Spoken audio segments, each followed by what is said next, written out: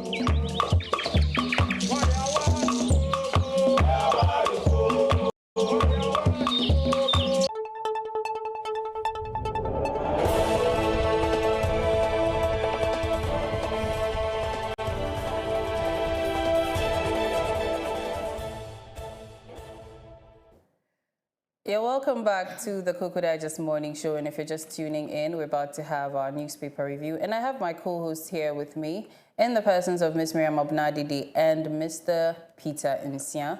Good morning, ladies and gentlemen.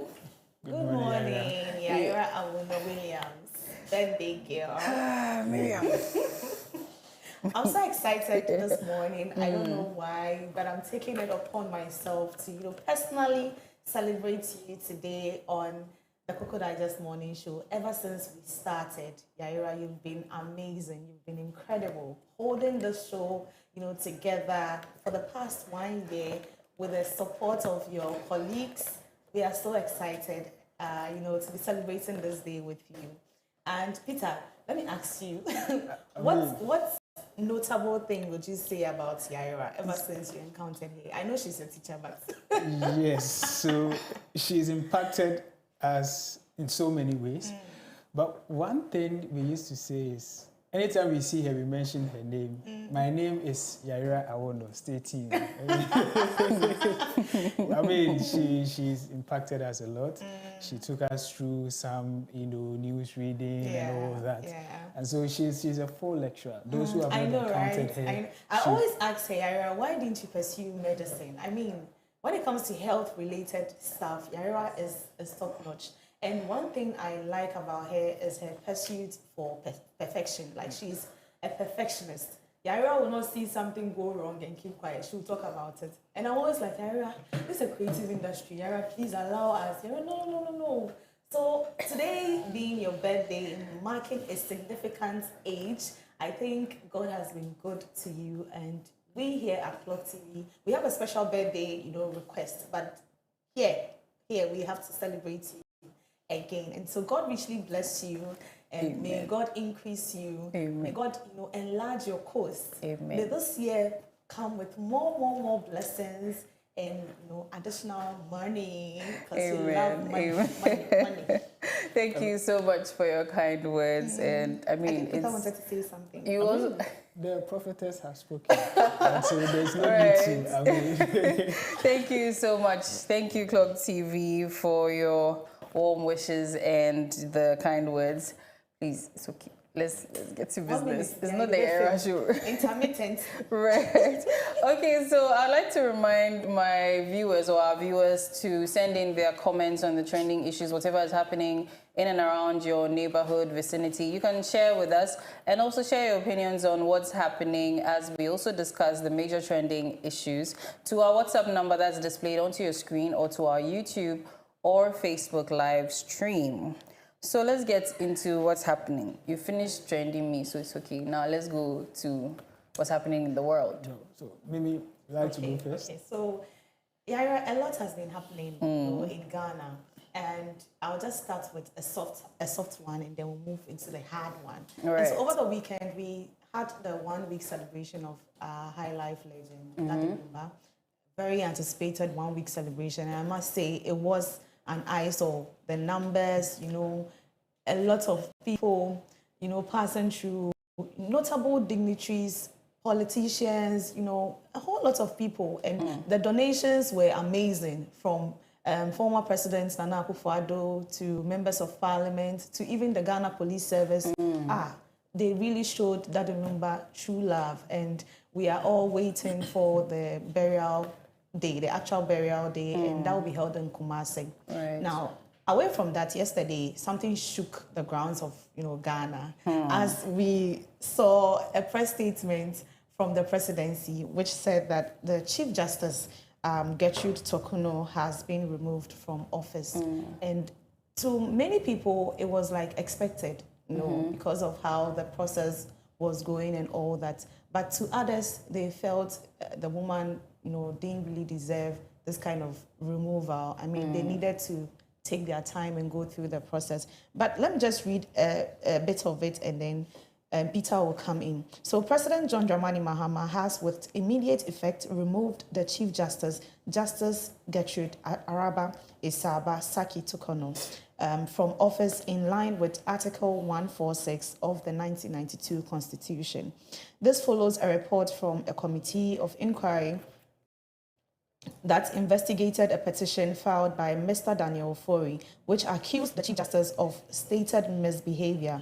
After reviewing extensive evidence and testimonies, the committee recommended her removal, and under Article 146, Clause 9, the President was bound to act. Announcing the decision was presidential spokesperson Felix Kwache Ofosu, and he assured the public that the process adhered strictly to constitutional requirements, giving both the petitioner and the Chief Justice a fair hearing. And so that is what happened yesterday. All right, so, sorry, to add up, so the Chief Justice became the 15th Chief Justice, and then the third female to become Chief Justice in Ghana, and after Sophia Akufo. And then the first Chief Justice, Georgina Wood.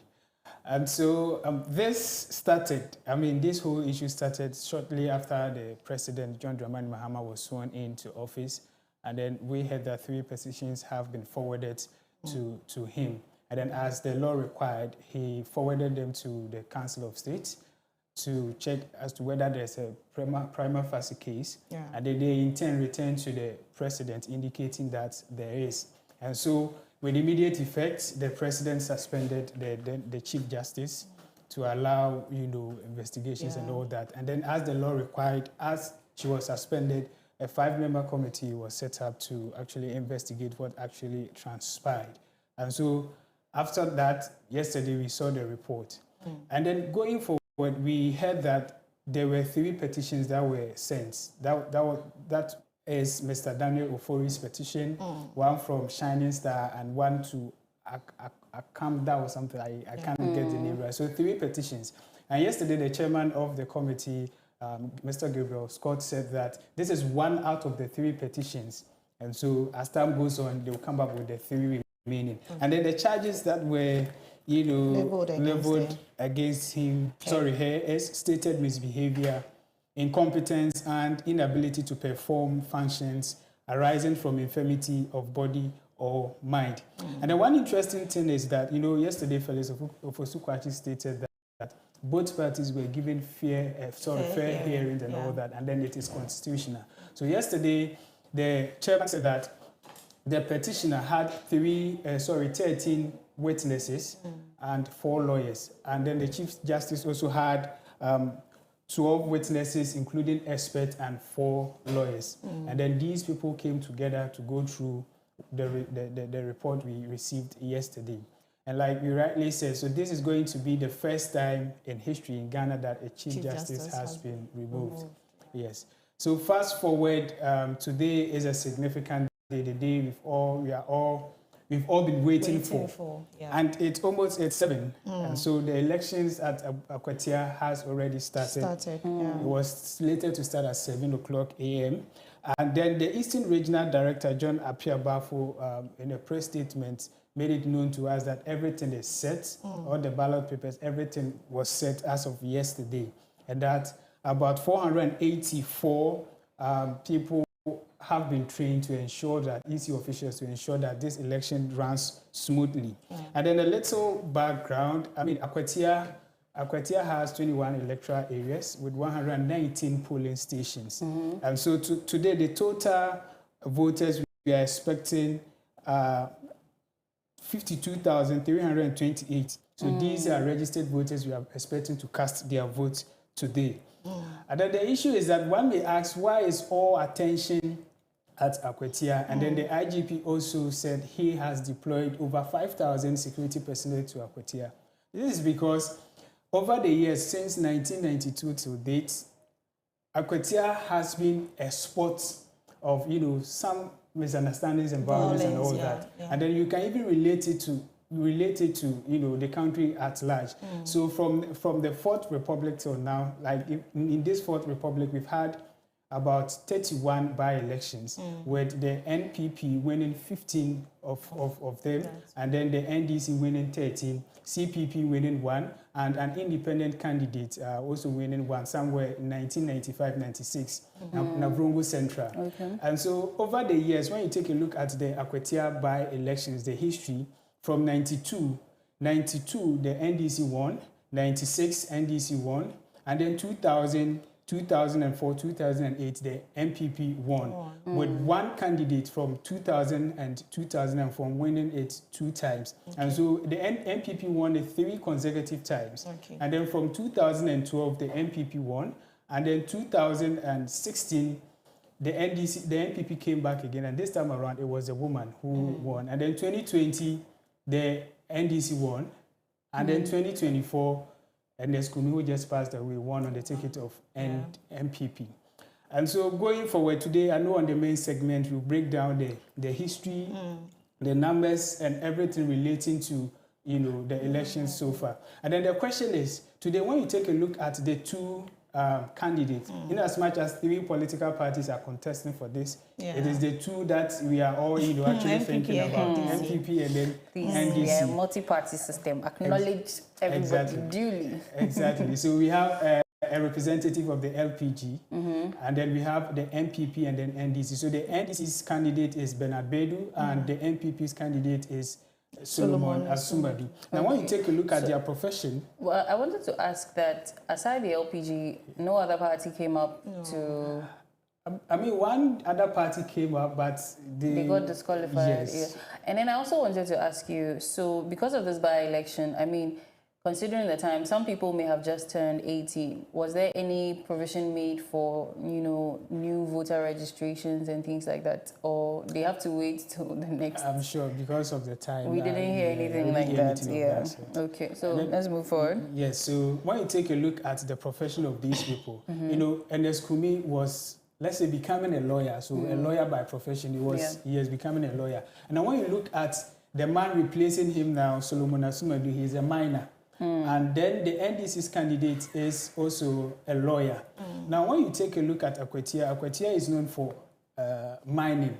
It's a mining area. So the question is that, are the people going to choose a miner over a lawyer or a lawyer over a miner? Right now that we are all talking about what is happening, Galamsey, illegal mining. In as much, it wouldn't be illegal mining though, but then we've mixed everything currently that Galamsey is what is, you know, destroying Ghana right now. So the question is, are the people going to choose a miner over, you know, a lawyer? We are yet to find about that. And also there's one thing I also want to talk about. Now, when you look at history, when MPs, you know, passes away, mostly for the MPP and the NDC, they tend to replace them by their spouses.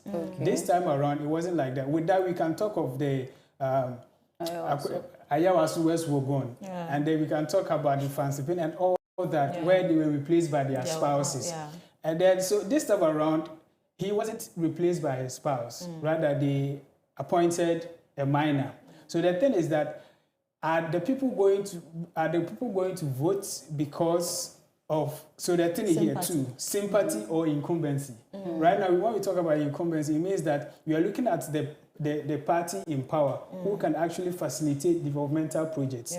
And then if they had, you know, chosen his wife to actually represent, then we look at the sympathy vote right now. But this time around, there's nothing like that. And then in terms of development, are the people going to look at the developmental projects to cast their vote or not? And if they are going to look at developmental projects, then we will see that there will be a difference between the two, because the NDC is in power, and you understand. So if your party is in power, then the probability of you getting more, you know, developmental projects in your constituency is very high. And then the main segment will break down the figures and everything. So because of time, I'll just end it here.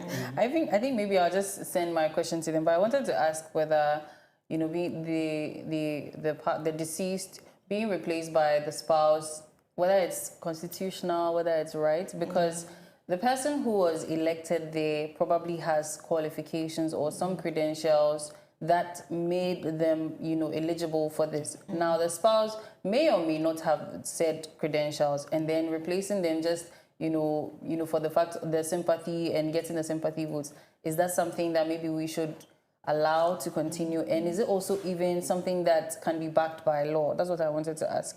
I don't think it is constitutional. And since the party has the power to appoint someone to represent them, they thought it's wise to just appoint the spouse, And during the Ayawaso one, I think it was because the NPP wanted the sympathy votes. That was why because that time they needed the numbers in parliament. So it is not constitutional. But we are hoping that but over the years, if you don't meet the qualification, they're not going to be. So it means that the spouses also meet the qualifications. Okay, that's clear. Then I think, I had one more question, but okay, I'll probably remember and then ask as a commenter on the main segment. So what else is trending? I mean, before, just one last, maybe we can talk about it. So looking at the numbers in parliament right now, and then looking at the NPP and then the NDC right now, is it worth it for, in my own opinion, for the NPP to fight, because the number one, it's not consequential. I don't know how, you understand. So going forward, I know, the NPP too is having its internal primaries to choose their flag bearer and all that. Another, history in the for me, the little I would like to add is the fact that we are having a by-election because the MP that was on the seat is no more. And so we are electing someone to replace that person. But before his loss, the seat was highly contested. And the history of Akwetia being involved in violence should stop. Because at the end of the day, you are not taking the seat to wherever you are going. This MP has just died and he's gone. The seat is still there. And so if you are thinking of going to cause chaos and all that over there, just know that if you die, you've died for nothing. The mobile prison is available. So yes, so you'll be transported in prison. So you start your sentence right there when you're apprehended. Now, we have a video of the PR of the Ghana Police Service, and so let's take a look at that quickly. We've informed you the Ghana Police Service has deployed massively to Akwetia, and our objective is to ensure that the election proceeds smoothly and we have a peaceful by-election. We are here to ensure the security of every person in Akwetia, including every person who will go out on the election day to vote. Once again, we want to assure you that if you see our men in town, just remember that we are here because of you. We are here because of your safety. We are here because of your security. Our men are on the ground. Adequate vehicles have been deployed. Our mobile patrol teams are on. The Black Maria is also available. That is our mobile cells. We are here to ensure that everyone is safe. Nobody should feel intimidated. We are rather here to ensure that you don't feel intimidated. We are here to ensure that you can go out and cast your vote without any fear, because you know the police will be there and will be there because of you. And we also once again want to throw a word of caution to those who want to foment trouble, that we are prepared for you and will deal with you according to the law. So we heard from the Ghana Police Service. So if you're intending to go and cause any mayhem, it is at your own peril. And any leaders that are trying to instigate any henchmen to please, let's be guided in our activities and behaviors. Now let's move to the online story quickly.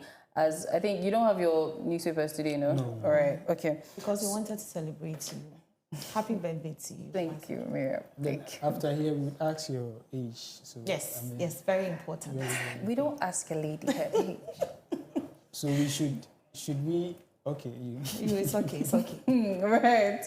Now let's go to the online story quickly. So this is about the Homowo Festival.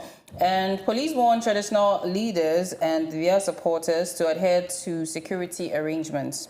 Now, the Accra Regional Police Command has firmly warned traditional leaders, elders, and their supporters in Accra to comply with the established protocols, that is the security protocols, and refrain from any actions that could disrupt public peace during the annual Homo Festival. Now, this caution comes in response to violent incidents that occurred during the festival's climax at Anya and Sout home on Saturday, August 30, 2025. It's sad.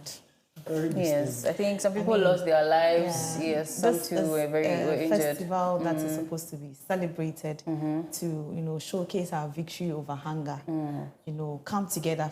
Festivals are celebrated to unite people, families all over come together. Let's make merry and all that. So why are we killing each other? For what? That has been the question I keep asking myself. For what? All right. Now, we have a video, so let's take a look at the video, then we come back and then digest what happened.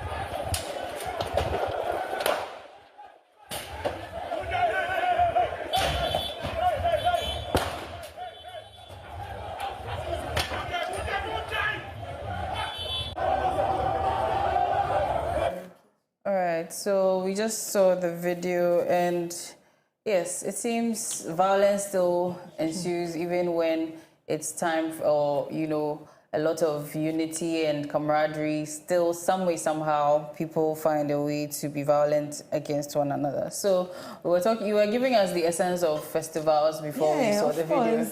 And I mean, I'm surprised, to be seeing things like this when we are talking about festivals, something that is supposed to unite people to the extent that lives are being lost. I mean, so what then is the essence? Because when you listen to some of the reasons why these violence started, it doesn't make sense. And so, talking about the reasons, somebody close to me told me that between Sotium and Genoho is Omanjo. And then over the years, it seems Omanjo does not really have a chief after the demise of the one they had. And so, this festival, how do you call it? The Popoi. Yes. So they say it is pepli. All right. So the sprinkling of. Yes. The spiritual meaning is that once it is sprinkled at an area, it means that the area belongs to you. Okay. And then so this Sotium and then Genoho, in between is Omanjo. And then over the years, the two, towns are trying to take over this, Omanjo township. Oh, okay. So, it was shortly after the Sotium had their, Homo celebration where they even invited medical to perform and all of that. So whilst the people of Genoho was also, having theirs, they try to encroach, even though there are no, demarcated line as to whether this place is for this or that. But, the people there actually knows that, this place belongs to Sotium. When you pass this line, you're going to Genoho. It's part of Genoho. So they said these people try to sprinkle this. You have to help me. Quickly. And then, it sparked some kind of confusion. And so the son of the Sotium local chief actually went there to maybe find out the reason why they want to encroach. And that's where the misunderstanding started. And now this man in question we are talking about is there. That's the son of the chief. And then this man, I'm told, happens to be somebody who helps the community a lot. He is kind of wealthy, who helps the community a lot and a whole of that. I'm told that he single-handedly sponsored medical to actually grace the occasion there. And so it is very disturbing, like you rightly said. In primary schools, we were taught the significance of festivals. And like you said, it's just to bring people together, peace, cohesion, and all that. But this time around, that isn't what we are seeing. Similar thing happened at Teshi. Yeah.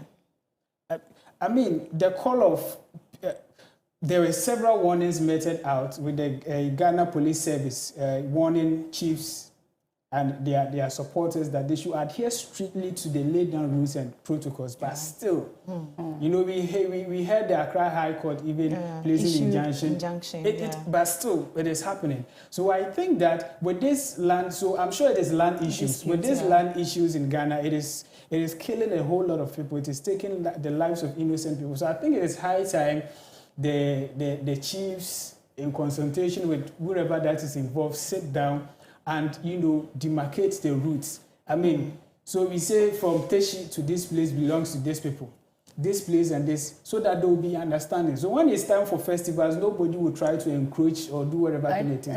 I think they know, because see, sometimes even when you go and buy a plot and your plot line neighbor has also, sometimes they know where their plot ends, but you see that they will, it's just human behavior. Yeah.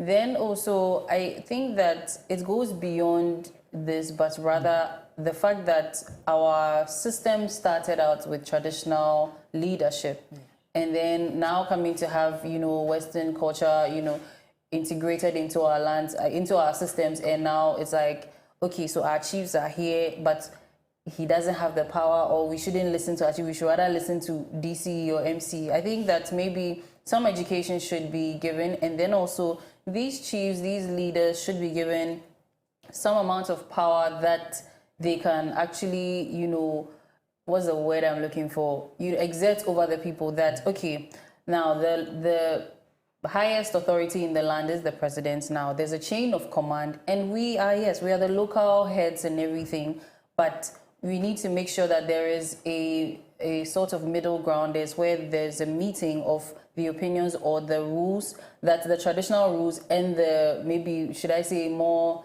political or, you know, governance rules coming together. So in this case, as you know, the security service is asking them to adhere to this. Now the leaders themselves, the traditional leaders themselves, should know that, okay, this is very necessary, this is important, this should also align with their values, that, you know, these are my people. If they are killing one another, who do I then rule over? What happens to the essence of the just celebrated Homo that, you know, we all, you know, partook of? So we should now go back and then do some education there. Then the chiefs themselves, I mean, it is understandable to sort of not have a very good or positive feeling about the fact that, you know, my ancestors used to, you know, they could flex anyhow they wanted over the people, but now your power is limited because there is another power that is lording over you. It's there. You know, I think I recently saw, I think because of this Obaken thing going on with the airport, I saw a video. I think the government chair was reading, I think, a speech asking the president that he wanted to change the name of the Greater Accra region. The president said it is his job to do that, not the government chair. And all of these things definitely would leave a bad taste in the traditional leaders' mouths, but there should be something done around that so that we can merge these two forces of power. I think last year we celebrated Homo. We sent Koko Digest to Gamashi, and we didn't witness a lot of that. These things. We didn't even hear of it. So I'm surprised this year, these things, the year 2025, I mean, we've had enough already.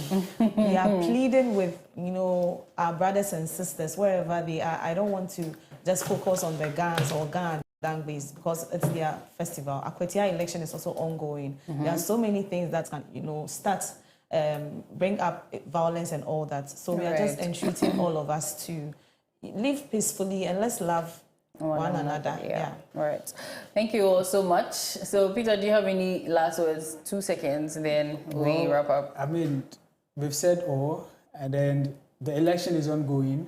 The Akwetia by-election is ongoing. So I'll just entreat viewers to stay with us, Clogtv, as we bring them all the necessary information and everything that transpires at Akwetia. Right. Thank you so much. You've given your last words. Happy birthday to Yaira. Thank you so much. Thank you. So this brings us to the end of the newspaper review. Up next is the lifestyle segment, and we're going to be working out on a budget. If you can't afford dumbbells, don't worry. There's a way to get your own makeshift dumbbells and get your muscles. Please stay tuned.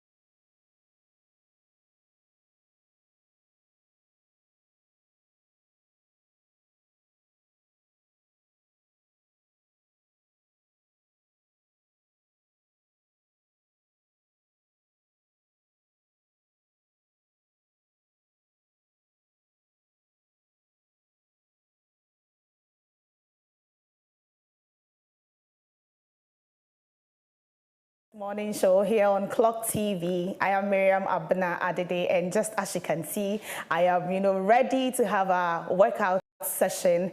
Just as we mentioned earlier, today we will be having some kind of, stability exercises here in the studio with our household items, and so we are exercising on a budget. Now, a very big thank you going out to Jubilee Sports for my two-piece. I mentioned to them that we'll be having this training session, and then they sponsored me with this outfit, and so you can locate Jubilee Sports behind the Osu Stadium, opposite the Shell filling station. Yeah, the Shell filling station, you're located there. I have with me Alfred Ajete in the studio. Alfred has been here before, and he is, a physical trainer with the JDAD Get Fit, and so we'll get straight into understanding one or two things when it comes to stability exercises, and then we'll get straight into the workout. Hello, Alfred. Hi. Good morning. Morning. How are you? I'm fine. Yourself? I'm ready. So we are having our stability exercise today. So we are assuming that we are in the house, right? Yeah. So when we talk about stability exercise, what does it mean? Okay, so basically we are going to work on our strength and our body balance to make sure our core, which is our body part, is well equipped and strong to go for our daily activities.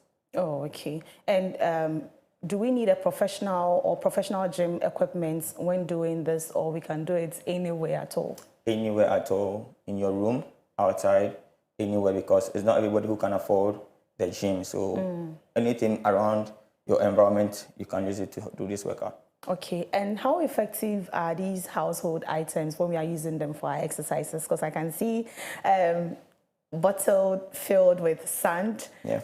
Which is replacing the dumbbells, yes, right? Yes, okay, yes, so how effective are these? And how can we even weigh if this is exactly like a 5 kg dumbbell? Okay, so you wouldn't get exactly the weight like a dumbbell is being used, but you can get closer to the dumbbell, because if I can't afford a dumbbell for myself, using the bottle filled with sand is heavier than a normal water. Oh, okay, yeah. Yeah, so there's two different things within the sand and the dumbbells, and difference between water and sand too as well. Oh, interesting. So aside this, what else can we use in the house for our stability exercise? We can even use a broomstick. Broomstick? Yes, please.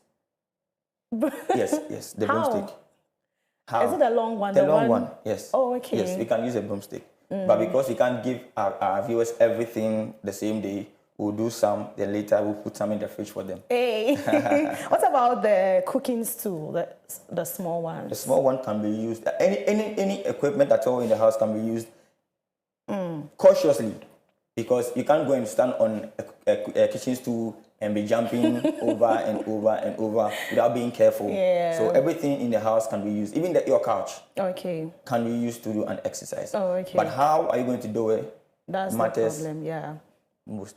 Interesting. Now, let's look at how to avoid injuries when we are exercising in the house, using household, equipment. Okay. So, if you are using the household equipment, you don't need to be, example, in the kitchen. For example, because, kitchen appliances are very, very close, and they are closer to yourself than probably the hall or even outside or probably your bedroom. Okay. So it's advisable you don't work out in the kitchen if there's no space there. But if there's enough space that you're going to move freely, it's advisable you can do it anywhere. And is it good for beginners or, advanced trainers? So for someone who has never tried exercising, can the person start right away with household equipment? You can start with everything. You need a warm-up. Yes, there's simple warm-ups like we did the other time. Yeah. We did simple, basic warm-up for everybody. Okay. So, for example, if you want to do the event with your household equipment, you still have to do the normal stretching, do the normal stuff that we did the other time, the routine before you start using your equipment to do the workout. Interesting. And how long does it take? Is it going to be a very long time, like an hour or 45 minutes, 30 minutes? Okay, so depending on your work schedule, I think 10, 15 minutes is even enough. If you do it effectively, 10, 15 minutes before you go to work is fine. Yeah. 10, 15 minutes? Yeah. You can even work out in 5 minutes, and you're going to go for the day. Oh, okay. But how do we ensure that the exercises we are doing, are balanced? Assuming I lift this leg 4 times and I lift this one 20 times, how do I ensure that it gets very balanced so that one leg doesn't grow big and the other small? So what you do for the left, you do for the right. Okay. So I don't do 10 for left and do 5 for right. So it has to be equal. So 10, the reps 10. has to be equal. So if you are doing 10 on the left, 10 on the right, it's perfect. I see. Now, let's look at the challenges. Working out in the house would definitely come with some challenges. So can you mention a few anticipated challenges or things that can prevent us from having a smooth workout in the house? So I think one, the mindset. The mindset. Because, okay, I need a gym. If I don't get a gym, I can't work out. I can't work out. It means that already the mindset is defeated for whatever you're going to do. But 2, your environment needs to be sound. But you can't be working out when children are running around you and you are screaming, stop, sit. You see, get distracted and everything. Yeah. And when you're working out, you make sure your environment is very safe. I mean safe because you can't put a table and be, like I said, be jumping over the table, not being careful. You need a space that you can work out and work freely. Oh, okay. Yeah. So should it always be in the room or outside, your room? Yeah, like I said earlier on, maybe you are fortunate to have a bigger living room space. You can work out there. You are not fortunate enough outside your compound. You can have your exercise there. And how often should we have this stability exercise? Once a day, twice a day, or once a week? How often? I would advise 3 times in a week. 3 times in a week. That's the minimum you can do 3 times a week. Because if you don't continually do it and you are doing once a week, it means you wouldn't get its results properly. Yeah. So I think 3 times a week is advisable and it's okay for you. We'll be ending this session soon, but I just want to know, do we have a particular age range for those people that can involve themselves in stability exercises, or just anybody at all, from kids to older people? Okay, with the kids, it's advisable from the ages of 10, where mommy and daddy can supervise them, do their routine. Then with the adults, because our old people can't do too much stability work, it's advisable from the ages of 20 to 30, 50, 55, depending on your physical strength and how well your body can take that kind of strength in exercises. Okay. Yeah. Okay, so producer, if we can get our music ready for our warm-up session, then we get into the exercise itself. But do you have any practical, advice for people watching us, someone wanting to really, really start stability exercise or any form of exercise at all, but, has, 1 or 2 fears here and there, they don't really want to get involved? Do you have any advice for them? There's no fear in training. It's only being well prepared in the mindset and being okay to work out yourself. There's no too much risk involved. Once you are starting, it means that you have to be careful of whatever you are doing. Yeah. I get scared anytime training is mentioned. Even today. Yeah. Some of us, because of the pain I'm going to experience after the training. Like I told you, when you stop, you get the pain again. So once you are starting, make sure you continue and you end properly.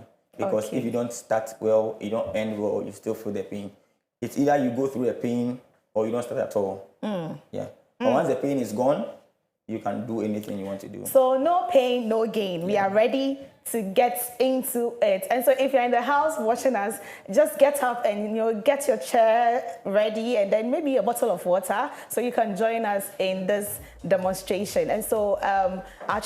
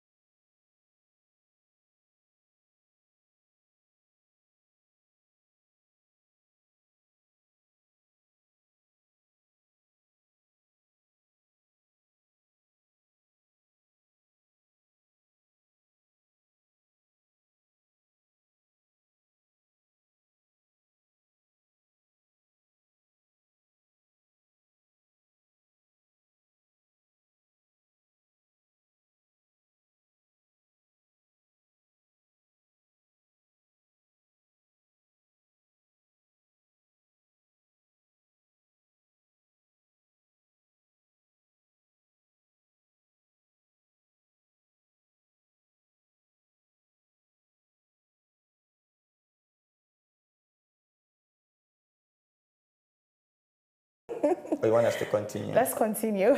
Okay. So we are continuing in that same posture. In that same posture. Okay. When I stretch, I'm going to hit it. So we go this way. 1, 2, 3, 4. So our left, we come back to the center. Then we move to the other side. Okay. Ready? You start the center. Ready? Go. 1, 2, 1, 2, 1. Okay, easy, easy. So we go to the center, back, right, left. Okay. Right, left. Ready? Go. 1, go. Oh, we are coming back to the center. Oh, okay. Oh, we are coming back to the center. Go. Good, good, good, good, good. Don't worry, it's fine. I'm missing the steps. Don't worry, that's fine. You're getting used to it. Yeah. Once you're used to it, you can do everything that you want to do. You want to take another one? Yeah, before I ask my question. Okay, so we go 1, 2. You make sure you sit at the edge of the seat. Okay. So the push has to be right, chest level. Then we go 1, 2, 3, 4, 5, 6, 7, 8, 9, and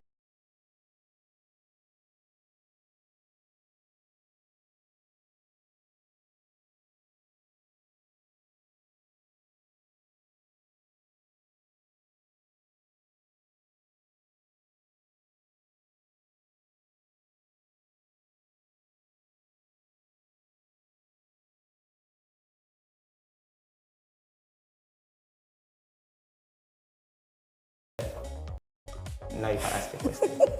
So how can one tell that, oh, this particular exercise is good for me and this one is not good for me? Because I don't know whether it's because you're a trainer, you're able to tell from here, we are going here and all that. But for a beginner, how am I going to tell that this is what I'm supposed to do at this time? So luckily for us, the internet is going to help us do everything we want to do. So once you are doing the basics right, now the tempo will rise by itself. If I'm running for 10 minutes every day, the next time around, the mentality says my body is really stronger. I can go 15 minutes, 20 minutes. Yeah. But if I do 10 minutes today and I go and sleep and I don't work out the next day or the following 2 days, I can't do the same thing constantly. Yeah. But I have to be constant with everything I'm doing. So if you want to see improvement, once it's 10, the next has to be 15, 20, then we climb upwards. So it doesn't really have to be, oh, I have to do 30 minutes straight up. You can't do it like that. The improvement comes gradually. Even if it's 1 minute, you add to the 10 minutes run, it's important. Okay. The following subsequent ones, you add another minute, it's important. Okay. Probably from Accra Sports Stadium to Clogtv, the distance is, let's say, 5 minutes walk. Yeah. When I'm running, it's going to be 2 minutes or 3 minutes. So the next day, I want to go to Tema Station. Okay. It's going to be more. So you increase the pace. Once gradually you are going, as you're going, the pace also increases. But in situations where I cannot run, can I walk? Yes. Oh, okay. Like I told you the other time, that some of our old people can't run. Yeah. So it's best they walk. Okay. Some of them can walk from here to Dankwa. And you're going to be shocked because they have done it more often than a young lady who always sits in the car and doesn't walk like the old people do. Yeah. Okay, so let's continue. You want to continue? Yes, please. All right. So let's sit down and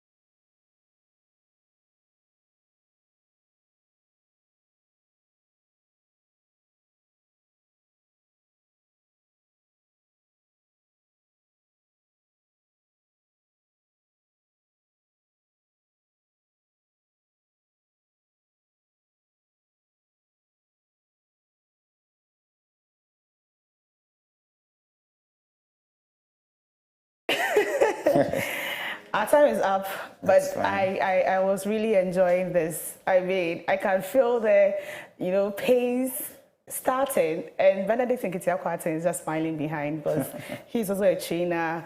He's into fitness as well. Thank you so much, Mr. Alfred Ajite, for passing through. Mr. Alfred Ajite happens to be a trainer, physical trainer with Jadad Get Fit. Yes, Jadad Get Fit, and he came here to help us stay fit. What a beautiful way to start the month of September, because it is going to be glorious this month, and so we need to stay fit to face up with all the challenges and exciting moments that comes with that. I am Miriam Abna Adede. Once again, a very big thank you going out to Jubilee Sports for my 2 Fit for this training session. Thank you so much.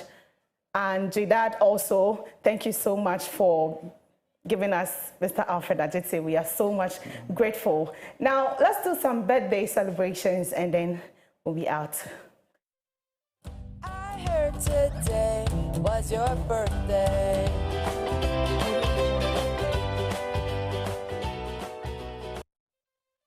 I heard today was your birthday.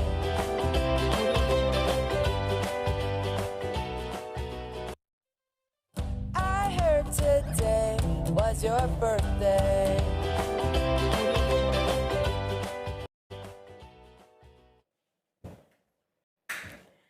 And you're welcome back to the Koko Digest Morning Show. Now, who is our first birthday celebrant? Oh. So this is from Clogtv to the ever beautiful, ever bubbly, ever lively, ever smiley Yaira Awuno. A happy birthday to our vibrant star Yaira. Your energy lights Clogtv, and today we are turning the spotlight on you. Keep shining, keep slaying, and keep making us smile all the time. The smile is very important. Your sense of humor is top-notch. You should consider getting into comedy. Yaira Awuno, God richly bless you. A happy birthday to my 4th son, Daniel Adom Amo. I wish you more of God's blessings, wisdom, and good health. Enjoy your day, Adom. Mommy loves you. From your mom, Na Amankwa Osumpafo. Be first. And this is from James, and he says, a happy birthday, Angel. I'm thankful God brought you into my way. Wishing you overflowing blessings and supernatural breakthroughs and a year filled with amazing testimonies. This is to Ethel. And we also have this, a happy birthday to my not so little brothers, Kwame Owusu Boateng in the United States of America, Joshua Kwao Moa Ansa in the United Kingdom, and Ato Kwamena are also in UK. God bless you three and enlarge your coast beyond your expectations. And this is from Yaira. We also have this coming from Marcelo to Vivian Popo, and he says, happy birthday to the best big sister in the world. You are another year old, but don't worry, you are still as young and fabulous as ever. And this is from Marcelo to you. James says, happy birthday. I have Benedict Nketiah standing by to take us into the world of sports. But before we take the sports breaker, Benedict, today's Yaira's birthday. Yes, yes. So what's your message to her? I want to use this platform to wish her a happy birthday. Right, you have to say plenty things because yesterday you ate plenty cake. Yeah. May God bless her. I mean, because of her, we got to enjoy cake. It's been a while we enjoyed cake, but then she got it in multiple folds. And I want to use this opportunity to bless her life, and may God enlarge her territories, and then wherever she goes, may it be a blessing. Amen. OG. So let's take this first break. When we come back, Benedict Nketiah will take us away.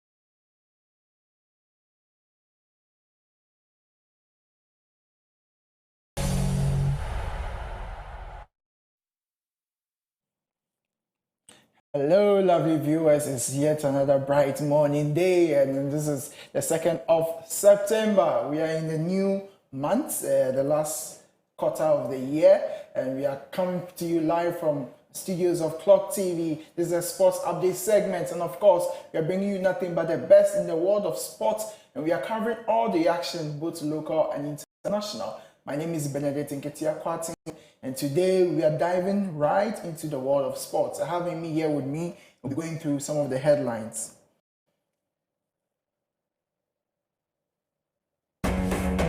George Abeka Mensah crowned best referee at Elite Under-15 Boys Colt Championship. Fiorentina confirmed signing of Guinean defender Tariq Lamptey from Brighton. Amo Dazi becomes second fastest British sprinter of all time. Solskjaer, Mourinho, Ten Hag, the three managers sacked in the space of a week. Well, this is surprising. I mean, Mimi, let's go right from let's start from the George Abeka Mensah, the young lad, 14-year-old that has been adjourned the best referee in the men's under-15 boys under-15 boys Colt Championship. So over the weekend, there was a tournament that was held. This is a tournament that is played between the regions in Ghana, and then over the weekend there was a final that was played. The final was officiated by this young 14-year-old. He's called he attends Bisiase Methodist Junior High, and then he's called George Abeka Mensah. He's also under the under 15 referee school. So the Ghana Football Association has an initiative called Catch Them Young Refereeing Initiative, where George is a part of. So over the weekend, this young lad, he officiated the final that was between the northern region and then the central region. And then in the final, people were admiring his officiating skills, because it is not always out there where you find people of such caliber, young men, young boys of such caliber, officiating football games, officiating matches, whether female or male. And so this is a young lad that has been discovered at a very young age, 14-year-old, and then you can see from the way he's even standing there, you can tell that this young man is really young. Yes, he's 14-year-old. Can you imagine? I think the award should not just end here. You know, more training should be done, on him, so that he will grow to become one of the best referees we have. He's into the mentorship. Like I said, there is a school that has initiative that has been established by the GFA, Catch Them Young Refereeing Initiative. So he's part of the team that they are being trained. So this tournament was not just for footballing sake, not just for the players' sake, but also for the initiative that has been introduced to help these young lads who are into mentoring to become referees in the near future. So very soon we'll be having our young men out there to refereeing matches, European matches, and games all around the world. And then let's move on to our next story. That's Fiorentina signing Ghana defender Tariq Lamptey from Brighton. So Tariq Lamptey is the right back for Brighton, and then over the weekend during the transfer window, it closed last night, but then during the transfer window he was signed to Fiorentina. That is for £6 million. So he's been signed for £6 million from Brighton to Fiorentina. I don't know, do you know this gentleman? Yeah, I think I saw him play for Ghana, I think in 2022, and I think 2023 as well. And his name is even in this popular song. Yes. So he's a part. He's also one of the defensive. He looks very young. He's very young actually, but then he's a very good player. So he featured in 108 appearances for Brighton, and then he scored three goals, and then he assisted in some of the games. But then unfortunately, he was having injuries. So at the beginning of this season, he wasn't really included in the squad of Brighton. But then God being so good, he's been signed to Fiorentina. That's the Serie A. And Fiorentina is not a bad team at all. It's not a bad team at all. And then, so I think he's going to perform. He's going to do very well over there. And then we wish him all the best. Wish him the best in his. But was he called into the Black Stars? He's part of the squad that is playing qualified. So he'll be coming home either today or tomorrow. He'll be returning to Ghana to join the squad in training so that they can prepare for our matches, World Cup qualifiers. Yeah, he's a right back. So for all those who don't know, he's a right back, a very good defender in that regard. He'll be joining us to play against Chad and Mali this month. Okay, so let's move on to our next story. So Eugene Amodazi becomes second fastest British sprinter of all time. Oh, okay. So let me bust your brains, just for lack of better words. So this gentleman is actually a chartered accountant. Wow. And he's 33 years old.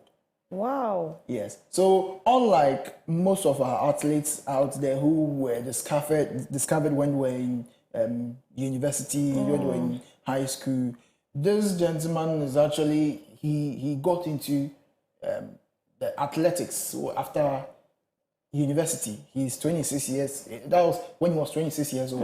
Then he just decided to let me try this athletics thing out. Let me see how best I can fare. In it. And then not knowing he had it in him all this while. So he has come out to be one of the fastest men in Britain. So he's the second fastest. You can tell that this is a very big thing for him, because to come out to know 33 years of age, growing in athletics, it has its implications.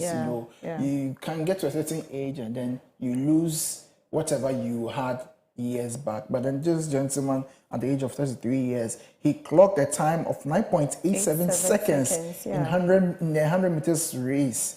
So you can tell that he's actually very fast. He's very fast.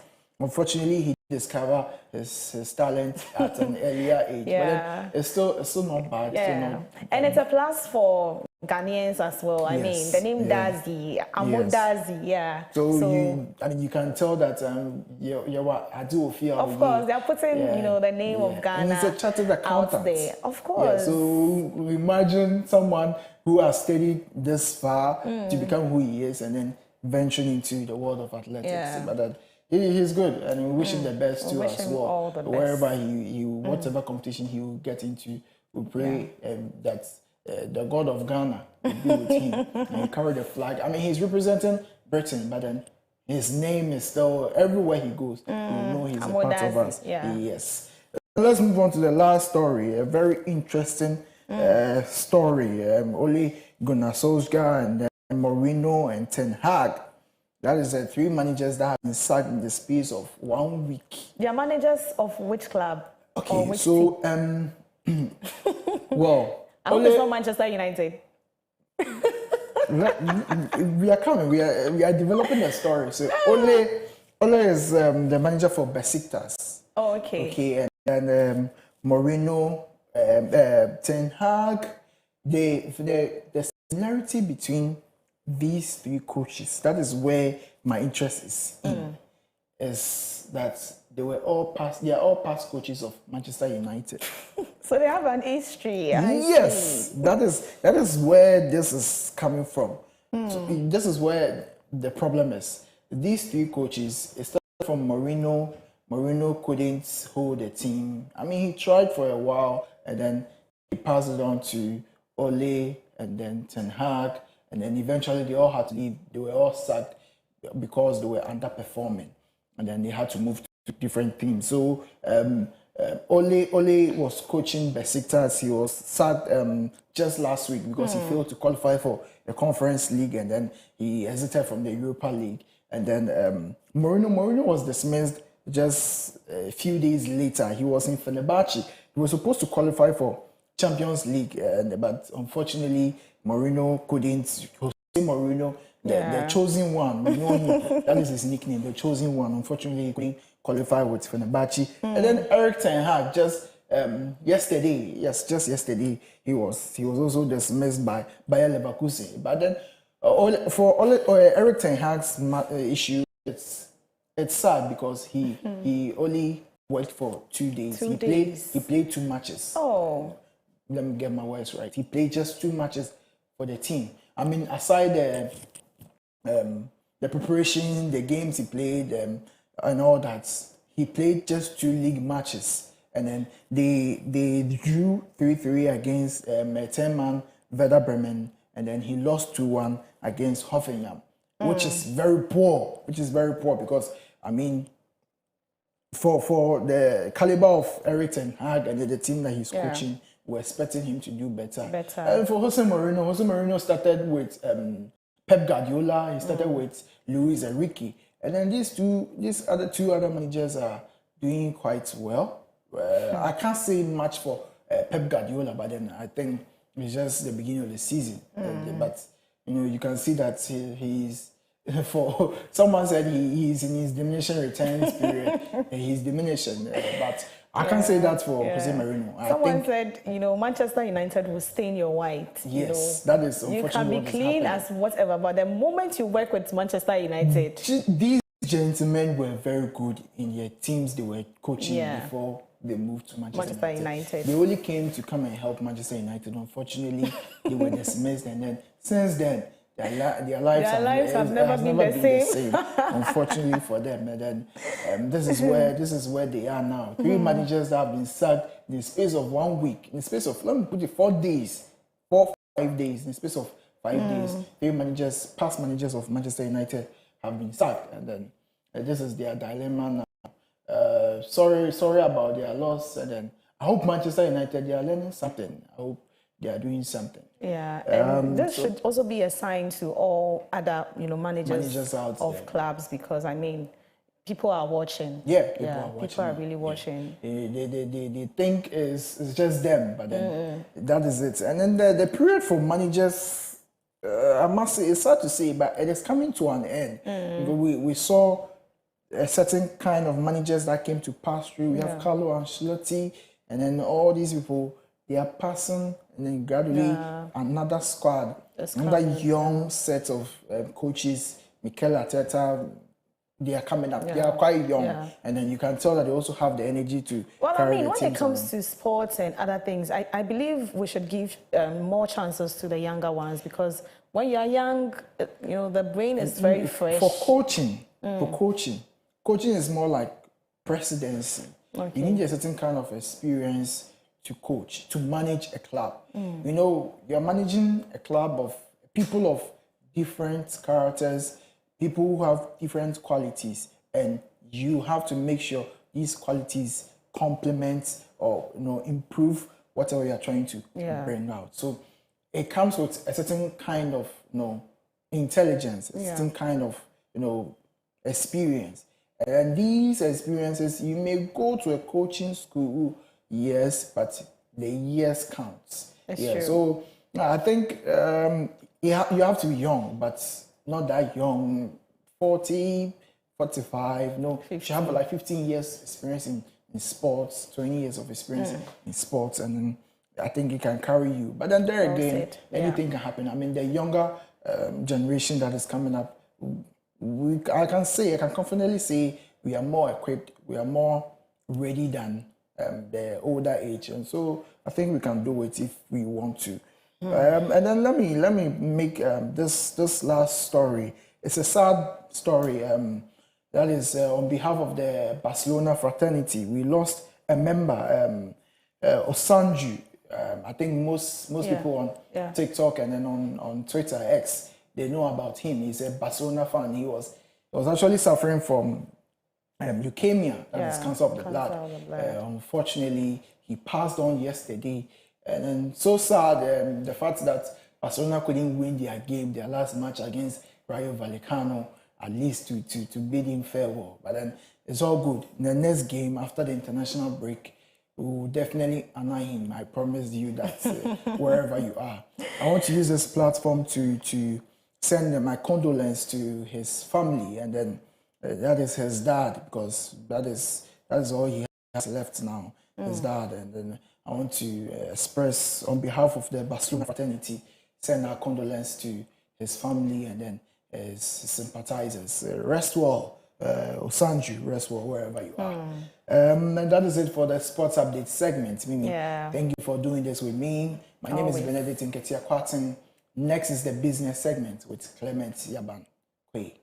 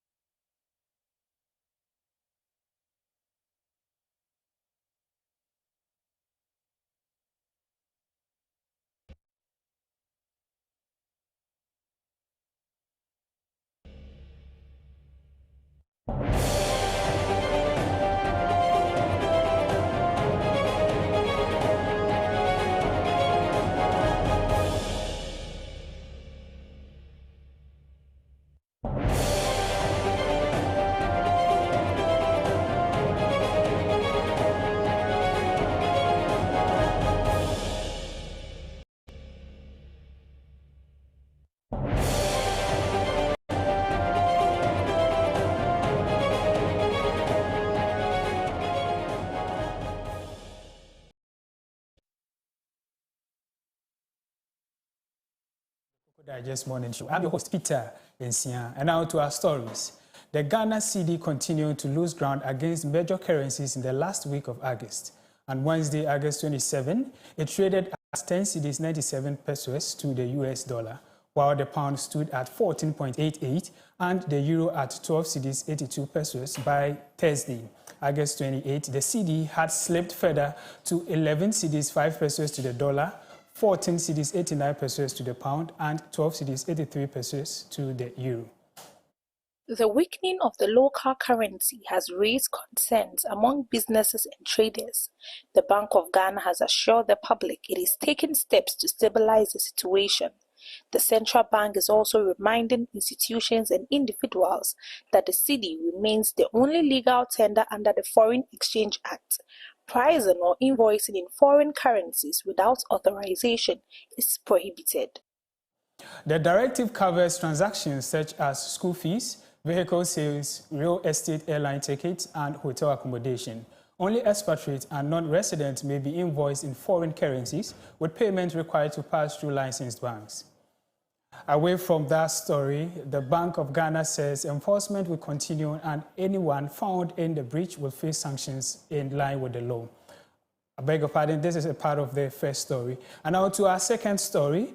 Ghana has secured stable freight rates for cocoa shipment in the 2025-2026 2026 crop season, following negotiations with 20 major shipping lines in France.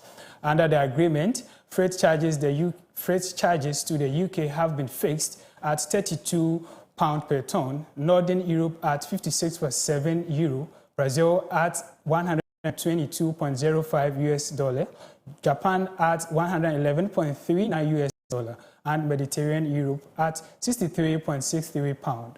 All payments will be made in US dollars at prevailing exchange rates. Chief Executive of the Ghana Shippers Authority, Professor Ransford Jampo, described the talks as a strategic forum that has consistently protected Ghana's cocoa trade. He said port modernization, automation, and the 24-hour port policy will further reduce cost and improve efficiency. Ghana is also pushing digitalization and sustainability in its shipping sector, with projects like the Koko traceability system in alignment with the International Maritime Organization Green Shipping Strategy. Cocoa remains Ghana's leading export, contributing over 70% of foreign exchange earnings. The new deal provides clarity for exporters and strengthens the country's competitiveness against rivals like Côte d'Ivoire. And on to our last story, Treasury bills are experiencing weak demand as evidenced by last week's primary auction, which saw a significant shortfall in subscriptions. Investors submitted 3.5 billion Ghana cedis for the 91, 182 and 364-day bills, but the Treasury accepted only 3.39 billion Ghana cedis, missing the 6.7 billion Ghana cedis target by 50%. Specifically, 2.01 billion Ghana cedis of the 2.05 billion Ghana cedis bids for the 91-day bill were accepted, while 1.12 billion Ghana cedis was taken from 1.14 billion Ghana cedis for the 182-day bill. The 364-day bill saw 194 million Ghana cedis accepted out of the 321 million Ghana cedis in bids. Analysts suggest that the ongoing undersubscription may result from weak demand and competition from other investment options, raising concerns about declining investor interest. Meanwhile, yields on all maturities have slightly decreased, with the 91-day yield dropping to 10.32%, the 182-day to 12.37%, and the 364-day to 12.99%. The government aims to raise 3.78 billion Ghana cedis at the next auction. And this is all we have for you on the Business Update segment on the Koko Digest Morning Show. I am Peter Nsia. Up next is the main discussion with Nanaya Wasari. Stay tuned.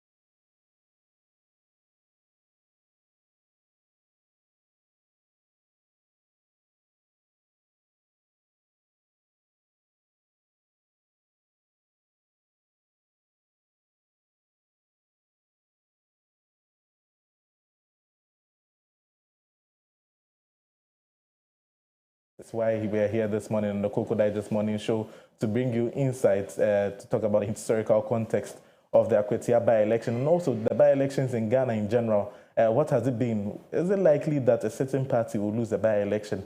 We are going to bring all the details to you. We are streaming live on Facebook as well, on Clogtv, I should say. If you go there, you'll be able to watch us live on YouTube and on Facebook. You'll be able to catch us live. I'm in the studios here with Peter Insia, who is seated on my left hand, and on the infographic screen I have Clement Yabankwe, and then we'll be delving deep into to give you insights on by-elections in Ghana in general, and we'll be zooming into focus on the Akwetia by-election and bring you the case as it is, how it's been before, the historical context, and everything that goes on when it comes to by-elections in Ghana. My name is Nanaya Asare. Once again, it's a pleasure to come to your homes, your phones, on your screens, or whatever you're watching, to bring you the best in political insights.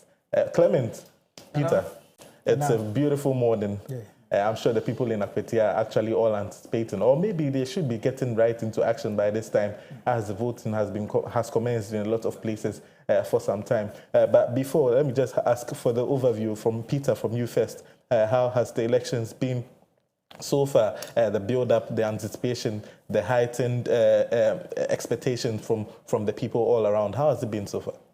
All right, so going into this election, because of what transpired at Ablekuma, a lot of people raised concern about the security issues there. And then we saw over the month, what the police service did by, engaging in some form of exercises and all of that. And then yesterday we heard that the police has actually deployed over 5,000 security personnel to Akwetia to ensure that this voting process, runs down smoothly. And then with what has transpired over the years, I think I'll leave it with Clement to take us through what has actually transpired over the years. But in terms of expectation, this ruling NDC party are very sure. They are very sure that they are going to win this election. And then the NPP at the other side too are also very sure that they are going to actually win this election. But then there's a lot to talk about when you take into consideration the profile of these two candidates. I mean, I'm sure you'll delve into that, so yes. I will just relax you. Before we zoom into the profile of the candidates, Clement, I should ask you, if you're looking for drama when it comes to Ghana's election, then Akwetia is the right place to actually look at, considering the fact that there has been reruns, there have been by-elections, there's been a lot of issues, I may say, that has previously or historically emanated from the seats way back from 1992, where we had Mr. J as the MP going unopposed and coming down all the way back to 2020, where there was a contested result at the court. So a lot of things have gone on there. So if you are looking for, let's say, some drama to witness when it comes to Ghana elections, Akwetia is where to go, isn't it? Exactly, Nana. Akwetia is where to go. That is why all eyes this morning, and let me say the whole day, they are all watching Akwetia by-election. Someone will ask, as you said, why Akwetia by-election? And it's amazing to say that Akwetia is part always in the eastern region. And people say eastern region, the stronghold of the new patriotic party. Exactly. So why should the NDC just back off and just say that, no, we will not contest, as what NPP has done to the upcoming Tamale Central by-election? But then in Akwetia, it's not like that. Akwetia looks so different. It looks so different. The dynamics in Akwetia politics is not like what happens in even the Ablekuma North issue that we had, of which, because of that, they need to have some rerun in some of the police stations. And by the end of the exercise, the NDC won that particular seat. But then before even we delve deeper into Akwetia, I want us to look at the history or the historic background of by-elections in Ghana. Someone would ask that, why these by-elections? Is it the only by-elections that we have ever had since 1992? And also, why are we so much talking about Akwetia? It happened in Ejiso, we didn't talk about it like this. It happened in Kumewu, we didn't talk about it like this. Exactly. But why are we doing that in Akwetia by-election? Talking about the Akwetia by-election, looking at the geographical and the topographical landscape of Akwetia, one would think that exactly, and the economic activities that actually go on in that particular district, that's the Denshembo district, you'd always think that Akwetia is likely to consist of different people from diverse backgrounds, because looking at where it's situated, right in between the Afam Plains, which is considered the NDC stronghold, and then you look on the left side and you have the Suhum, the Asamankese, which are also considered to be the MPP stronghold, and Akwetia is sandwiched in between both of them. So you would think that then definitely there's going to be some sort of maybe, and the fact that it's known for mining and it's very cosmopolitan, the economic activities that are ongoing there. Peter, I don't know whether you share the same sentiment with me. Exactly. And then this too comes to play when you take a look at the kind of people they've elected, each party has elected to, contest on their behalf on this particular election, where we have the NPP's candidate being a miner and the NDC candidates being a lawyer. And then we could also attest to the fact that the MP who died was on his way to become a lawyer as well. And so we can check the disparities there and you see that indeed economic activities actually played a role in the selections of the candidate as well. So Clement, I don't know whether this is all true, but then before you go into the details of by-elections, what the 33 that we've had previously, I want you to just touch about a little bit about the profile of the NDC's parliamentary candidate for Akwetia, because we are hearing that he was the lawyer that was representing the MPP's candidates that have been demised. Unfortunately, he was representing NSC Alkumi in court. And now, after his demise, then he is actually running for a seat on the ticket of the opposition party. So there's quite some... and I think this is very interesting. But it's one thing we should know about Bernard Bedu. Bedu, yes. He was the general secretary of the NDC before he went into the primaries. And the contest was between three of them. Henry Boachi Adom, who was the MP and lost the seat to Endeskumi and wanted to come back or wanted to contest the seat again. And you could see among the three, it was Henry Boachi who actually had the lowest. People asking why all these things happening. But you could see one thing I have come to understand, Dana, is that people are now looking for who can do the job. Who can do the job. And I think looking at the political landscape of Akwetia and in terms of NDC, they are trusting to people who have actually known the political dynamics in the Akwetia election. So going for someone like once a general secretary of the constituency of Akwetia in the context of NDC, they believe that someone like this can actually bring them the power they want. So I think that's the reason why they went in for Bernard Bedu. But I know Peter has a lot on the profile, so then I'll leave that one for Peter once I delve deeper into the history. Well, that's what I was just about to say. So take away when it comes to the history of by-elections in Ghana. So you're free to do that. So Nana, there's the history of by-elections in Ghana. Someone will ask, this is the first time, but this was the first time. In 1992, after we started the democratic journey, the first election or by-election was in 1993. That's the new Edubiase constituency. The member of parliament there actually, he passed away. So we need to have a rerun in July, also in 1993, 5th July. So that's the cause of death. And we want to play some kind of dynamics here for viewers to understand. The party in power or party which holding that office was NDC. When the member of parliament died, NDC still won that very seat. In 1995, we had a second by-election in Wenchi East, NDC, and this was the cause was death, and NDC still maintained that seat. When you go to Tano South to 1995, the third by-election, NDC member of parliament, he passed away, and the person who won the seat is actually NDC. All these years, NDC was in government from 1992 to the 2000 election before President John Adekunle took over. So in 1995, Navrongo, 1995, NDC, the member of parliament died, but this time around, the seat went to a different person. That's an independent candidate. So that was the first time we actually saw an independent candidate. And that was just 3 years or 4 years, I should say.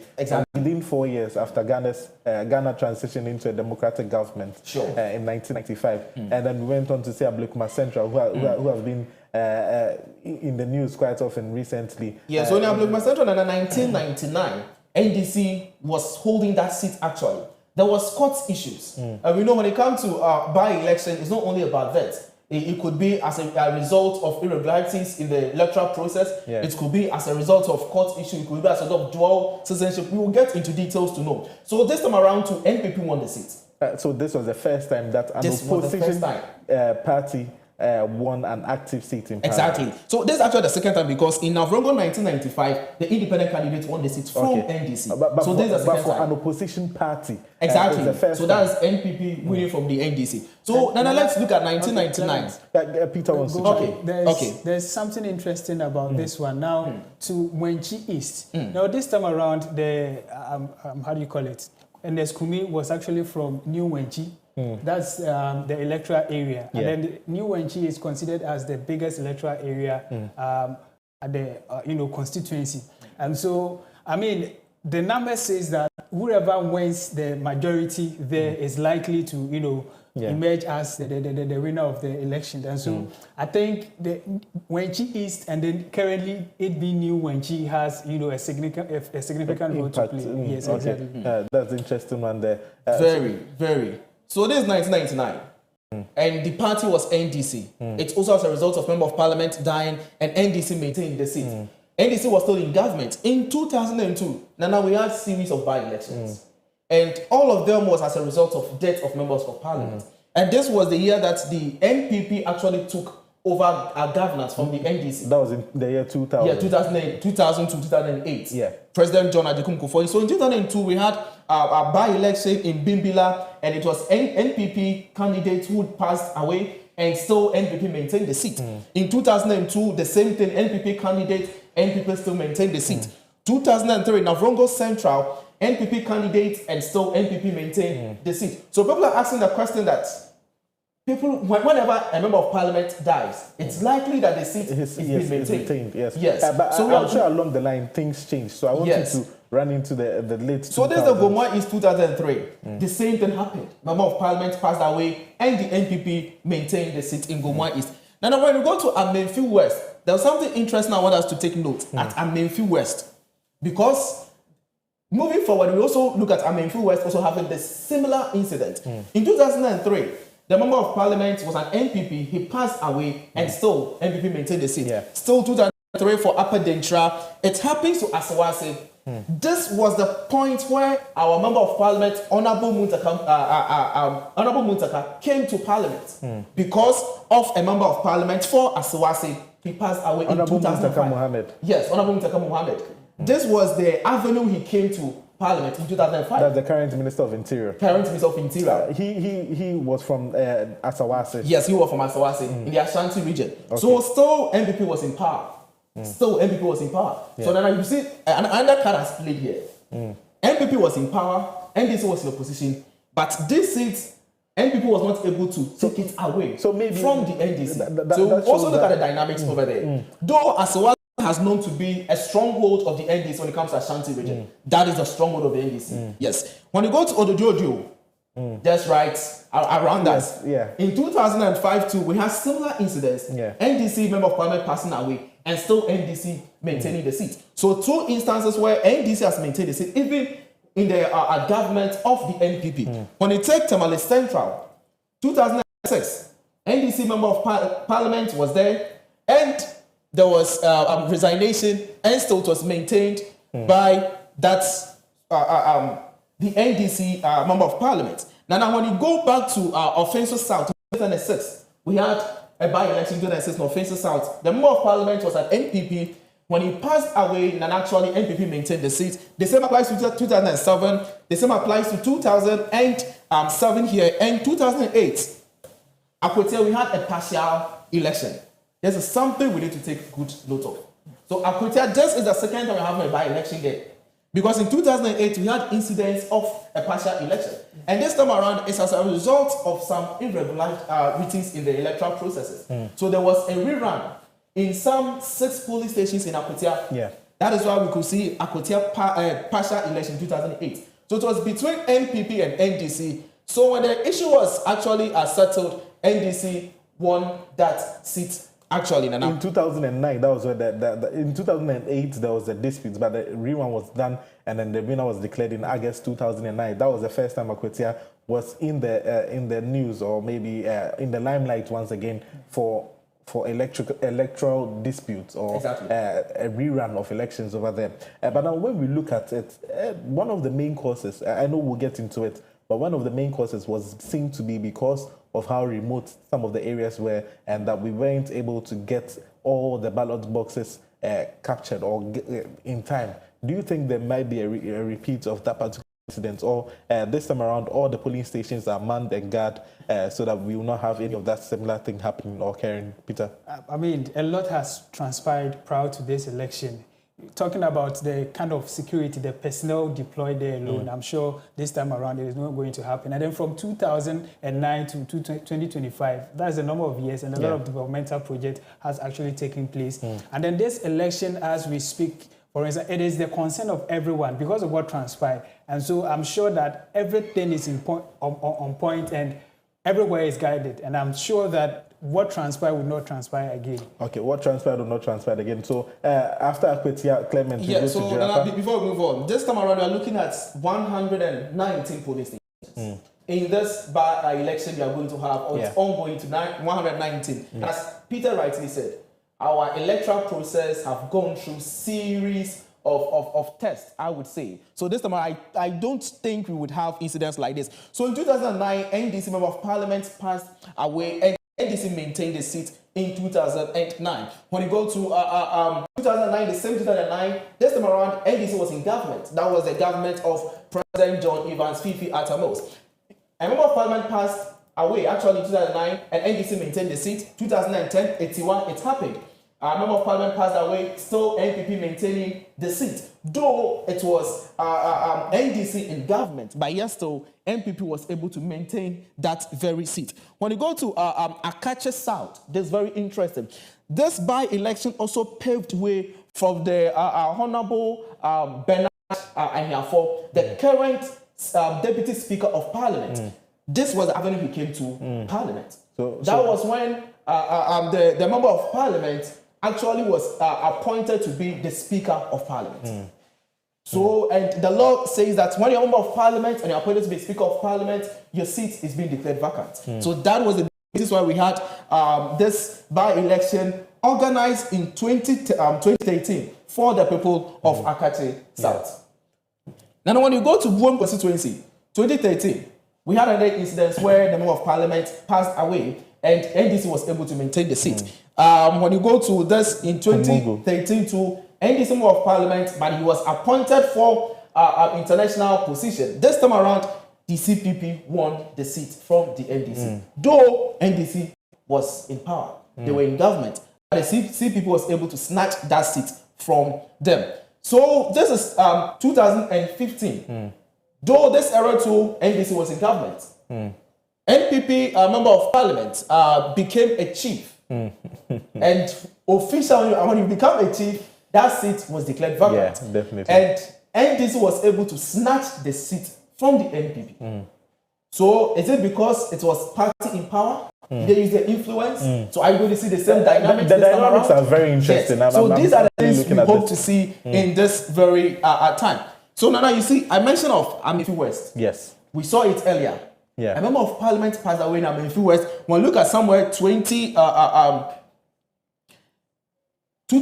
2003. Member of Parliament died. And there was by-election.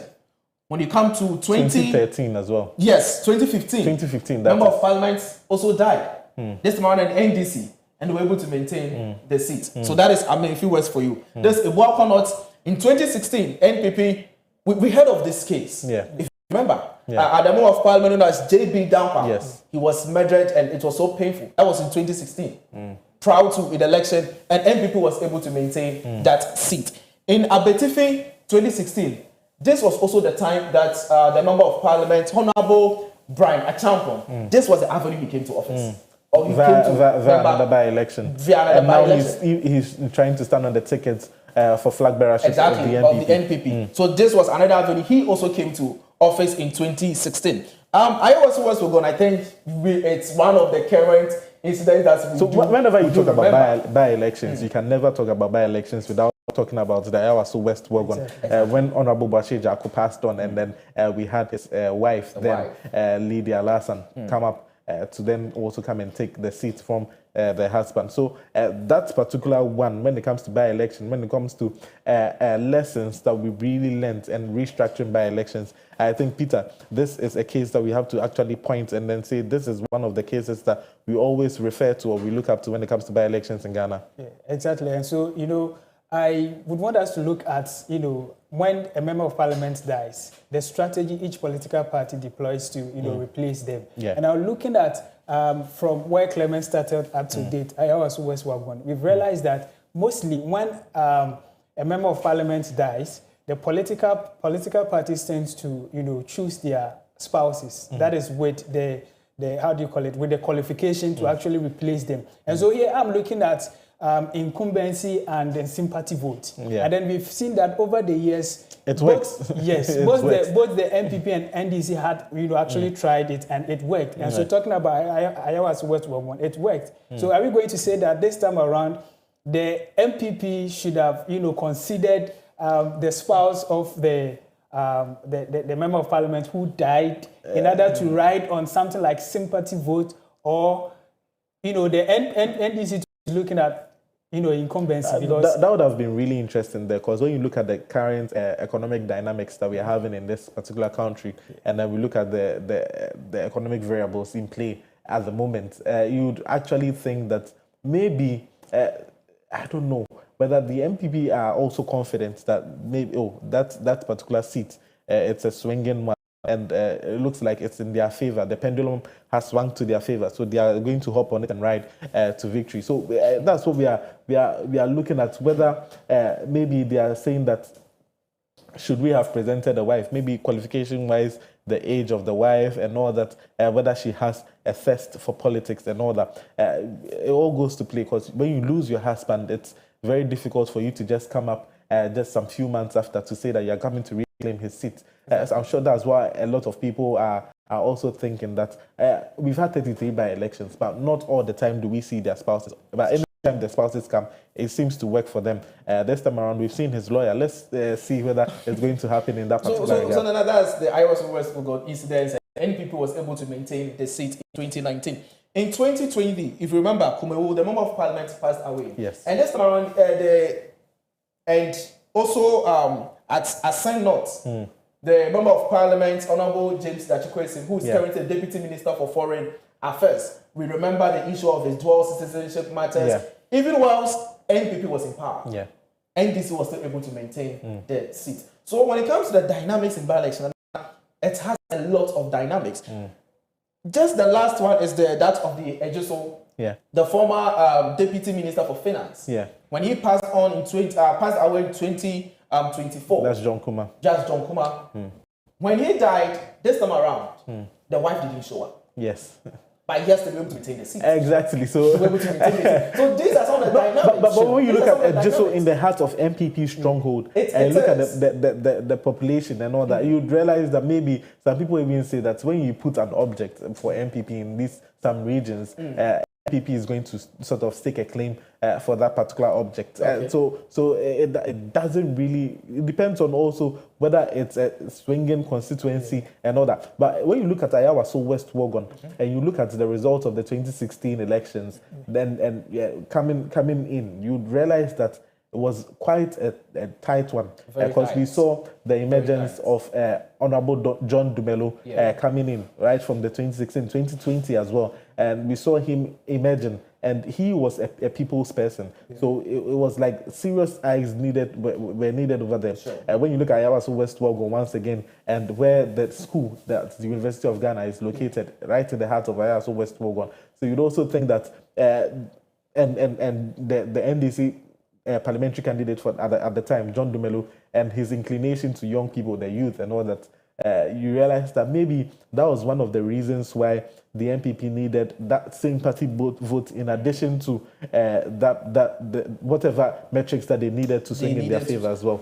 So these are the 33 by-elections we've had so far since 1992. And one particular time has stand out very unique. Whenever a member of parliament dies, and assuming it's NPP, the seat is maintained. When it's an NDC, the seat is maintained. When it's caused by death. Yes, when it's caused by death, all the incidents we've had, the party maintained that very seat. So the question is NPP going to maintain this seat this time around? That is one dynamic. So considering that, and then also considering the dynamics in play at the moment, because you know that before that seat was declared for the MPP, it was highly contested. Highly contested. So it was highly contested. At the end of this particular election, I'm sure you have the election results as well over there, when NSD Alkumi was declared the winner. So sure.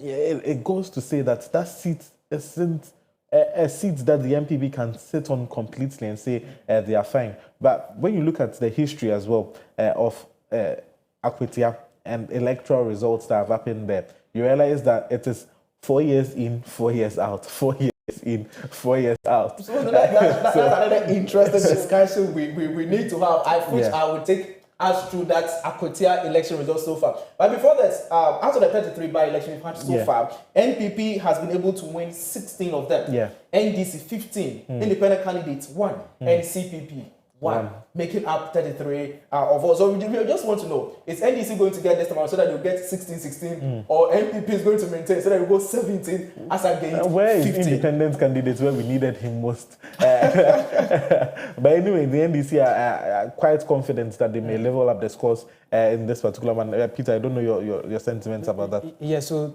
talking about history, I know that history has a way of repeating itself. But then this time around, a lot of things have changed. You know, voters are evolving. Unlike first, when you rightly said that there are some constituencies that they are affiliated to a particular party, that it doesn't matter whoever is presented to them, they are going to vote. This time around, things have changed.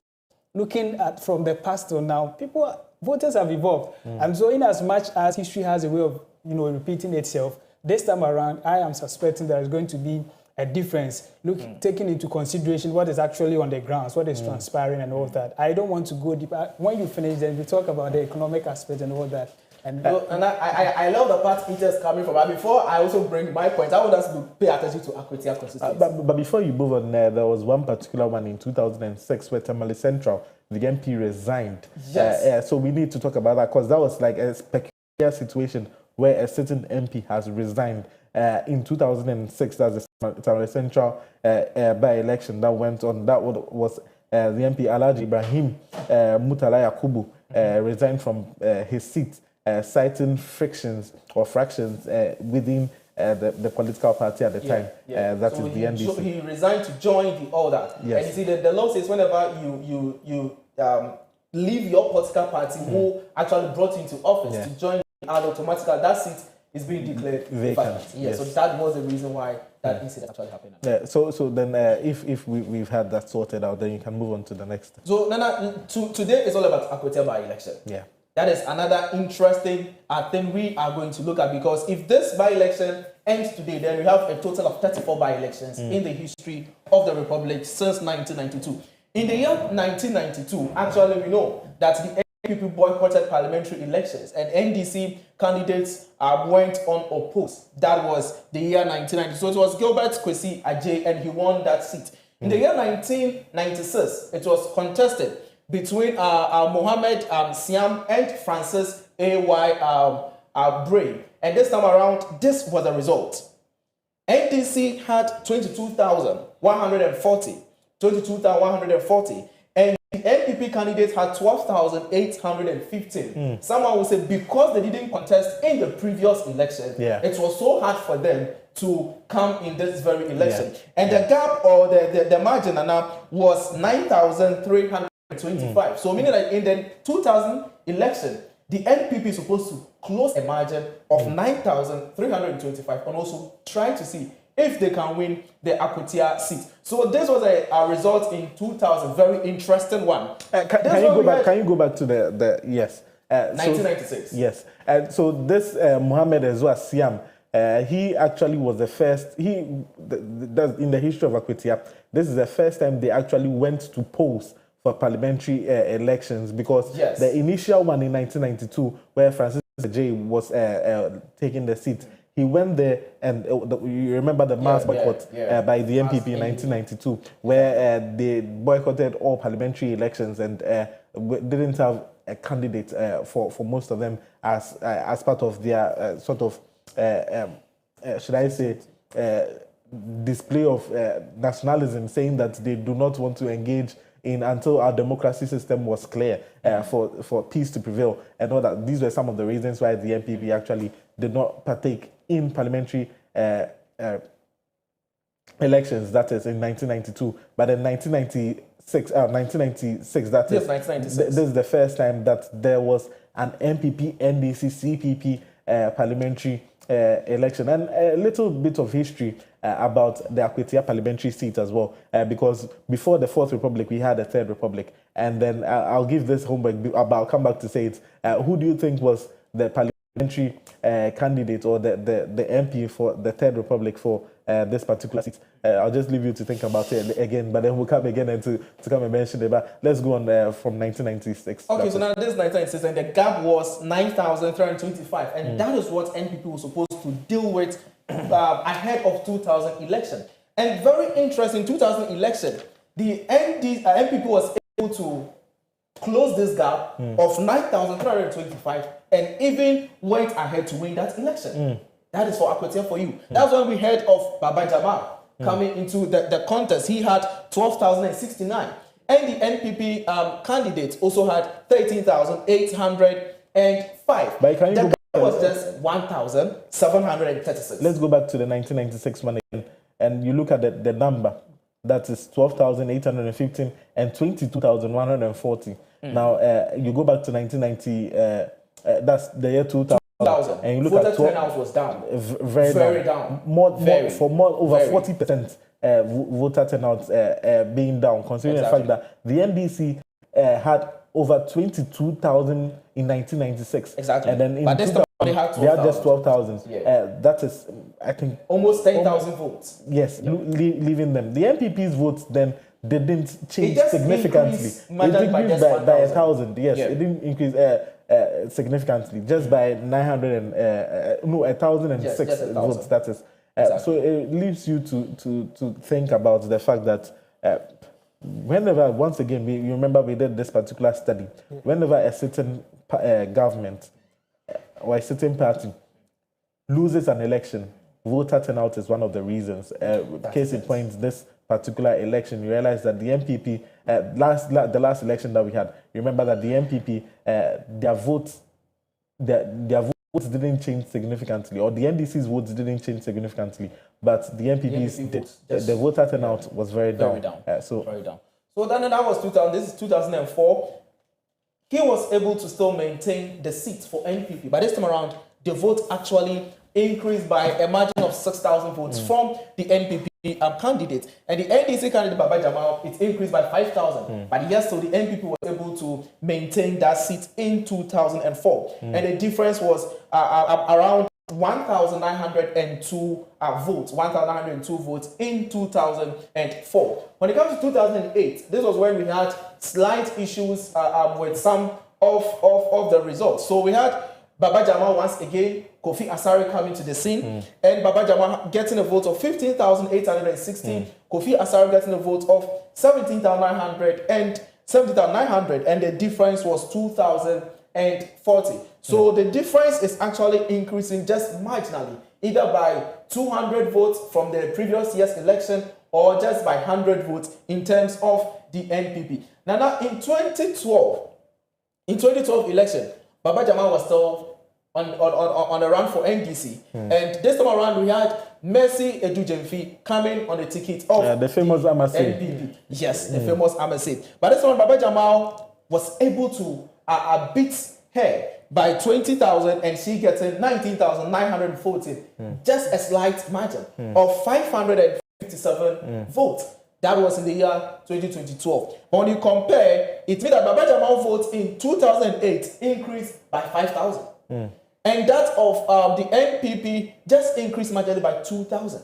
So that is another interesting dynamics playing out in Akwetia elections. Once again, then we look at the fact that if a certain party is going to actually lose an election, then it's going to be as a result of low voter turnout. Exactly. Now you look at the number of votes that we're having in total, and then this particular one has also dropped significantly as well. Sure. So then it goes to say that if the people are satisfied with your your policies, they are satisfied with what you have for them, then they'll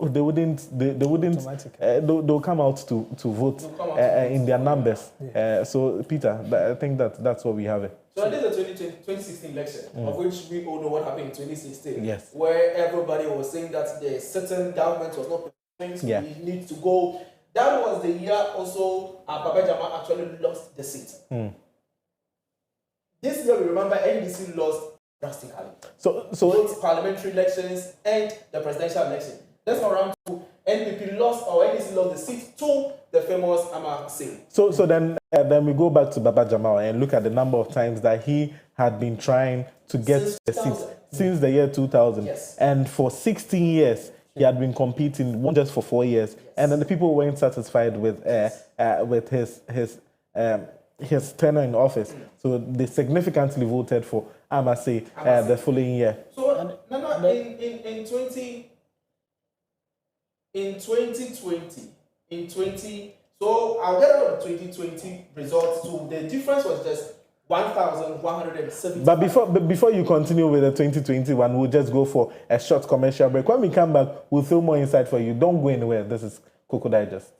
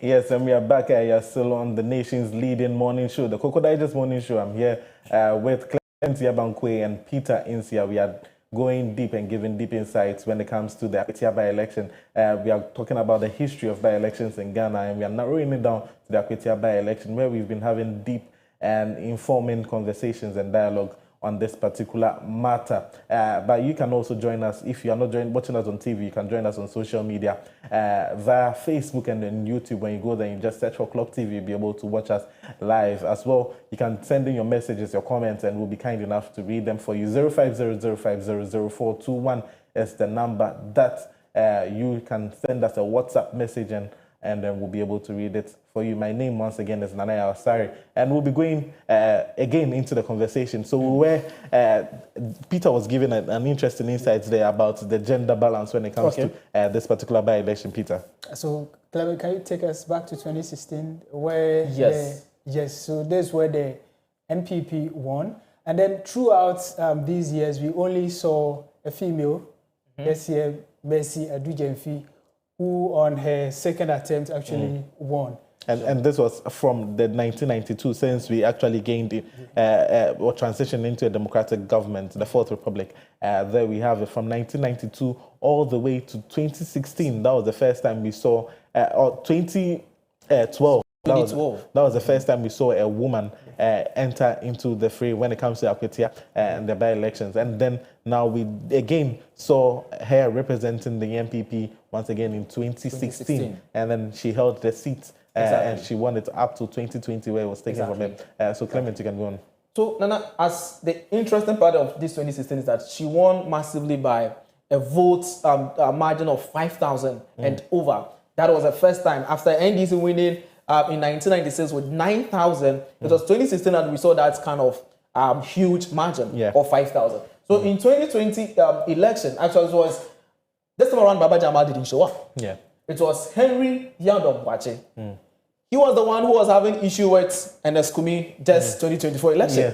Yes, that is NS Henry Yadom Wache. But he also managed to win that seat aside a gap of 5,000. And he closed that 5,000 gap. And yes, won the seat of over 1,157. That's interesting. Yes, over the female. But let's look at what happened over here. This time around, 2016, she got 21,433. And the NDC candidate, Baba Jama, had 15,905. But prior to 2020 election, her result dropped to 18,000. So the question, what's happened? Is it that voters were not satisfied with her? Or what was really playing out for her to just drop from 21,000 to 18,000? When you look at the actual sentiments that were in and around the NPP in general, so we are looking at the political climate as a whole, not just as Akwetia, before we zoom into Akwetia. Now you look at the public sentiment when it came to the New Patriotic Party in and around that particular time. That's around 2020. Where COVID came, and then we were receiving free water, we were receiving quite a lot of things. COVID-19 in 2020, we had a lot of freebies just before the polls. So when it got to the polls, then you realize that maybe that played a role in her getting that significant gap. Yes, and then so she was able to pull quite a lot. But then when it came to 2024, we realized that what we received, people began paying for that in that particular terms. Then you'd actually think, or say that. You see, even in that 2024 election, where everybody was saying that the NPP was not performing well, Akwetia still decided to go for the NPP for their member of parliament. So see what happened interesting in 2024. That is when we saw Henry Boachi Adam, who was the MP then, having a contest with NS Kumi, who currently is no more. So NS Kumi won over, that's 2024 actually election. So this NS Yokumi and this Henry Boachi Adam, he was able to beat him. Just a gap difference of 2,063. But that's quite significant. That's quite significant. Akwetia especially. That's Akwetia. But the interesting thing was that NS Kumi was in the contest in 2020. But he lost. He couldn't. Looking at a gap of 18,000, and I want us to do something here. 18,000 gap when he had in 2020 election, NS Yokumi, compared to what Adujemfi had or Amese had. Amese had 21,000. But NS Kumi had 18,000. So does it mean that the change of candidates for the NPP affected them in the contest? Definitely. I'm sure Peter will share the same sentiments with me. When it comes to change of, how do you call it, political candidates, it goes somewhat or some way to affect the electoral results. We talked about Tamale Central, where someone left the MPP and then went to the NDC. And mind you, he wasn't still voted for. It was the political party that voted for. So people see you as a political candidate through your political coloring, the lens that the lens that they see you is through the political coloring that you are actually representing. And then it depends also on the way or the manner in which maybe you left office. When you look at Amase and the way she left office, you may think that maybe when some people or the party faithfuls think that you were their follower, or the one they follow was not treated well in the way that she was maybe dethroned for another political candidate to come in, then they may actually say that, okay, then Amase was the one we know. So we don't. But this time I don't know. We don't know NS Kumi, so we are not going to pose, and then voter turnout will be low. If that dynamics is really going to play, then the NDC would have issues in today's election because Henry Boachi-Yadom was the candidate in 2024 election. That they know. Yes, that they know. But prior to this by-election, we had primaries, and Bernard Boedu just came to the scene. So if this really is playing out in Akwetia election, then it's going to have a consequence on the results of the NDC this time around. But we hope to see, because that is one dynamic that we want to explain to. I mean, this is the more reason why you cannot trust, voters. I mean, they were the same people actually who voted for Boachi-Yadom, and then this time around, the internal elections, they decided to vote for Bernard Boedu. And so, I mean, I think that voters decide based on what is actually transpiring around them, based on the economy, I mean, things around them. So I think they vote due to that. This time around, voters do not vote based on like party colors, the parties they are affiliated to. No, voters have actually evolved. And so it is going to be very interesting per this, discussions we are talking about as to whether the people liked, him. That is why they voted, or the people actually did not, like whoever the party selected to contest. And so, I mean, when you take a look at this, you will realize that each year, every new, candidate runs for 2 times before he or she is voted for. And then you can take a look at the woman. Amase 2012, 2016. Exactly. And there's Kumi herself. And then popular Henry Yadom. So you will see that, like you rightly said, sometimes the people feel that they are not being listened to. So this actually boils down to what is happening currently in the NPP party in terms of popularity. People were actually saying that they should have, selected their current, what's her name? She's a woman. In terms, I'll remember her name. In terms of popularity, in case they want to win this election using, popularity contest, they should have gone for that woman instead of a new person. Exactly. But you see, Peter, before I cut you, there's another dynamics that Peter has raised. But this time around, it's different in this by-election 2025 as we speak now. Because in all the previous years of Akwetia, before you can win the seat, you should at least be on the paper or the ballot paper twice or 3 times. That has been the dynamics play out in Akwetia. So it's either you come, Baba Jamal came for 3 times before he had it. Amase came 2 times. The second time she had it. Henry Boachi-Yadom, the same thing. And Neskumi, the same thing. But this time around, all the 2 candidates, they are all new. All the 2 candidates are new. Bernard Boedu is new, and also the NPP candidate is also new. So the question is, who is really going to take this election this time around? Yes, so looking at this, you will see that popularity contest, actually comes to play here. And so in talking about popularity, like we said, coming 2 times, it means that you are familiar with the people, people are familiar with you. And so I'm taking it from the point that in terms of familiarity and, popularity, we had Kate Jemfua, who is very popular in that constituency. But then let's proceed. Exactly. Then let's proceed. Now, another interesting part I also wanted to raise in 2024 election, the gap between the NS Boachi Adam and Henry Boachi Adam and Ernest Kumi was 2,063. So if the NDC want to win this by-election, they are supposed to close a gap of 2,063 before they would be able to win this by-election. But it is not new because in 2016 election, the NPP, more than 5,000. Yes, that is another dynamics. So it's interesting. Exactly, more than 5,000. But then talking about closing gaps and all that, but I also do feel that now this particular by-election is somewhat different from what we've seen previously, because when you look at, as I said, when you look at where Akwetia is and when you look at the nature in which it swings, it looks as though every time the people of Akwetia go to polls, they have like a different sentiment.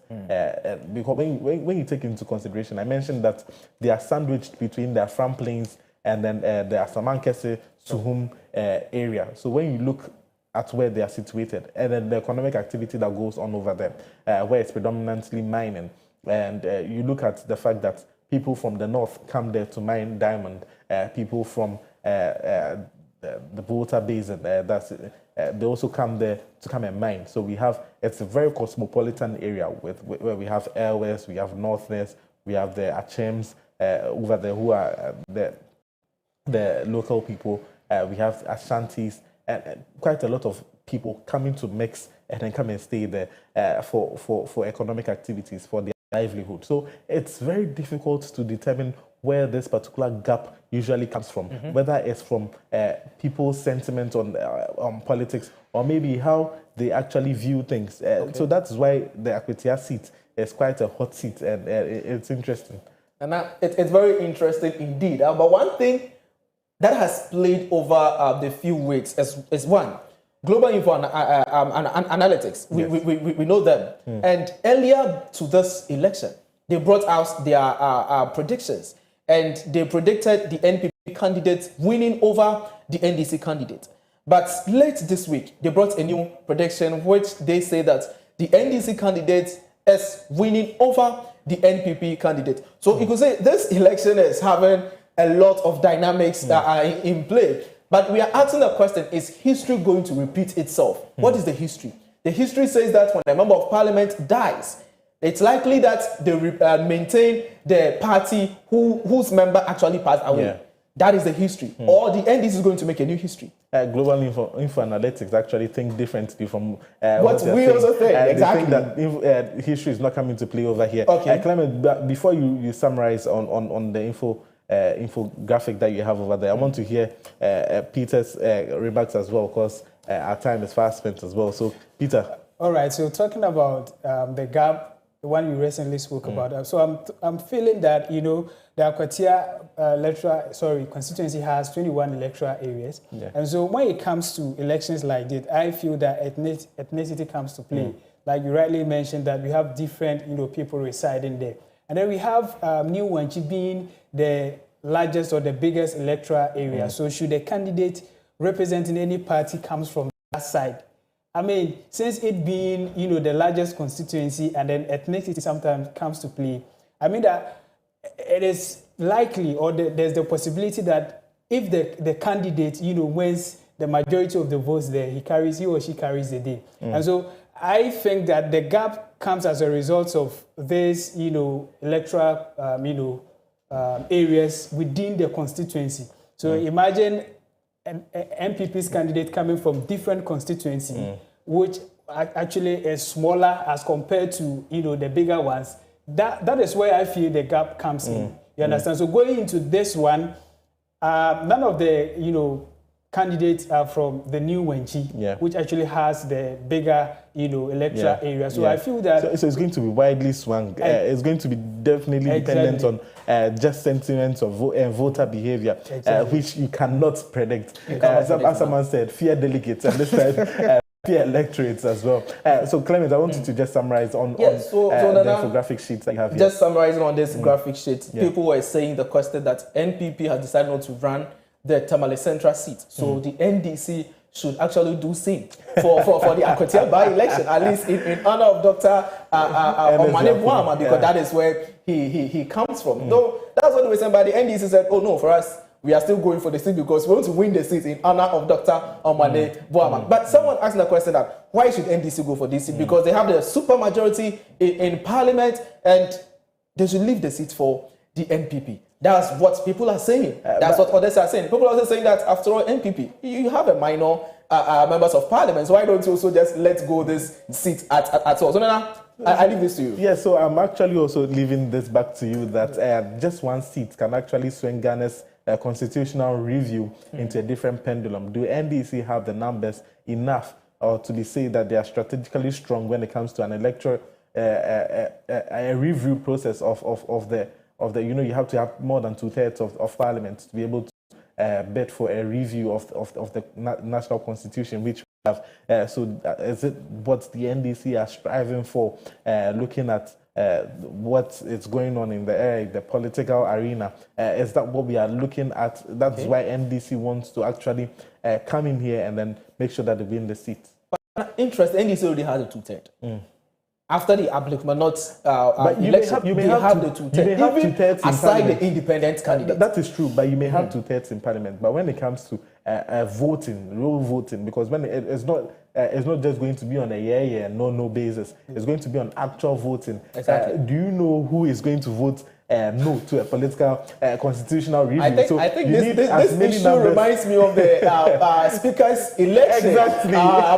Right honorable the Kingsford. Yes. But there's one interesting thing that the reason why a certain government would like to win a by-election, even though they have the majority, is because they want to feel, do the people trust what I'm doing? The public confidence. Because all this they are doing is not because of the by-election, but it's because of the 2028 general election.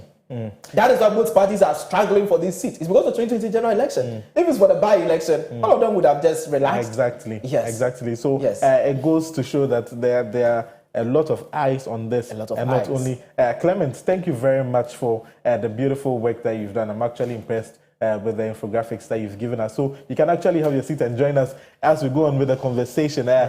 Peter, you want to zone into the personality profiles of these individuals that are going in for the by-election. Now we are looking at the personality of the NDC's parliamentary candidate, and then us against, we are just proposing that against the presidential, the parliamentary candidates for the NPP as well. Yeah, so with the candidate for the NDC, he is a lawyer. And then, so now the battle is, between a lawyer and a miner. Now, considering what is actually transpiring in Ghana, talking about the rate at which Galamsey is actually destroying our lands, our farms and our water, our river bodies and all that, are the people going to choose a miner over a lawyer? Is it what the people want, or the people are going to choose a lawyer over a miner? Now, when you take a look at the Skumi was, I can actually say he was a lawyer. Yes, he was a lawyer. And so is it a strategy that the NDC said, oh, look, the people, actually, the person who was actually serving them was a lawyer. So let's bring a lawyer. Maybe the people have a reason why they are choosing the lawyer. And then the NPP in turn say, mining is the major activity in the area. Maybe, now, let me even put that one aside. In terms of infrastructure development, when you take a look at Akwatia, I can say they lack so many development. And so if these people are going to vote based on infrastructure, then, a lot will go into it. And then this also comes to the fact that incumbency is also very important. Now, the government in power is the NDC. And then when it comes to, infrastructure development and all that, we know that the MP who's, president in power is able to lobby for more developmental projects and all that. And so the issue now is, are the people going to choose, a miner, taking into consideration the effects? I'm not saying maybe he's into illegal mining and all that, but right now, everything about mining seems to be on the negative at the moment. Yes. And so going to this election, that is what people are actually looking at. But Clement, do you share the same sentiment? As rightly we've established from onset that this time around, voters, you can't predict voters. Fear electorate. You need to fear them. You need to fear them. And so you can't say that because he is a lawyer, then they are going to vote for him. Or because he's a minor. Someone will say that, yes, I want a minor because I need a lot of money, I need to work, and this is where the money is coming from. Sometimes personality profiles actually come in. We are here and then we've actually seen people say that I'll be voted for this particular person because he's handsome. Voter behavior can be very funny sometimes. Sure. So, does it come to play their profession, what they do? Does it come to play a little bit? Yes. On the other, I would say yes, because when you look at our politics, even the presidential contest from 1992, the like of Jerry John Rawlings, yes, he was a military man. Yeah. People loved him for his kind of discipline. He will not tolerate certain things that you do. He will just give it to you from onset. We saw the like of our president, Don Adekum Kufuor, for how diplomatic he was. And people vote for him based on that instances. John Evans Atamils for his calmness, a professor, and also who he was as a teacher. People voted for him because they believe that when he comes to power, he'll be able to do a lot of reforms in the teaching sector, of which we really saw that. And we have the like of our president, Nana Dankwa Akufo-Addo. When you hear the kind of speculation a lot of people said was because he was a lawyer, or he is a lawyer, sorry. Let me say what he is a lawyer. So let's vote for a lawyer so that he comes and make the things very right. Our institutions to stand very tall. But the question is, after we voting for people based on all these personalities, do we end up getting that result? The expectation we had on them, do we see that expectation coming to being? We know a lot of people have run commentary over some of our past presidents that they voted based on this, and they end up doing this thing, they end up doing that thing. So now you're voting based on personality. It's good, but to an extent, are they able to even maneuver their way when they go to parliament?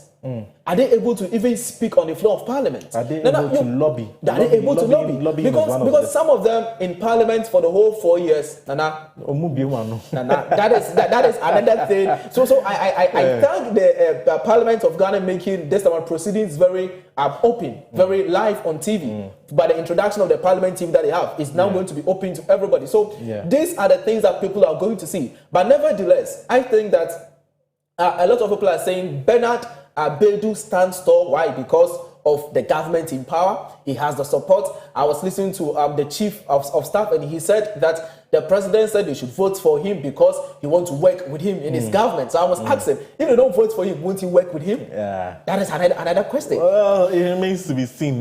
President of Ghana is a president for all. Exactly. And not a president for only those showing political affiliation to just one political party.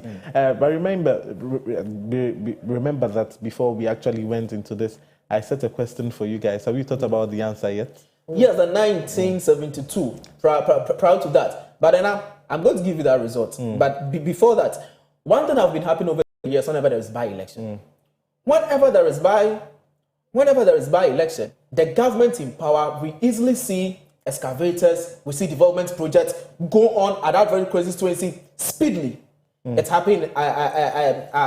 It's happening in Akwetia too. It's happening, and it's also going on in Akwetia. But I was listening to the national chairman of the NDC, and he said, for them, they will not do that. So I'm wondering if they were doing it or they didn't do that. So with what some this issue sometimes with what the Minister of Communications also came out to say, he actually came out to say that with just a few period that he has seen that he has the chance to actually come in power, that's Bernard.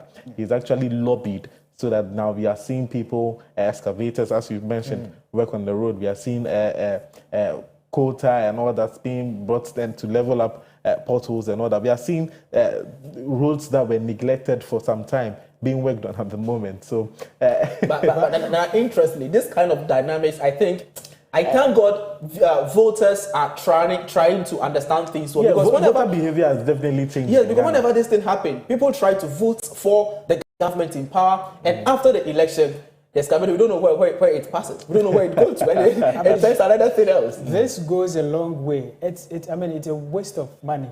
A waste of money, and we shouldn't tolerate that. And like you rightly said, it has been happening. And then you see these artifacts 1 year, less than a year, you see all these artifacts being washed away. But some people would also say that there are certain remote places, right, in the country, and without some of them being in the limelight, they don't see any developmental projects ongoing over there. Case in point, I hate to refer to this particular place where the plane crash actually occurred.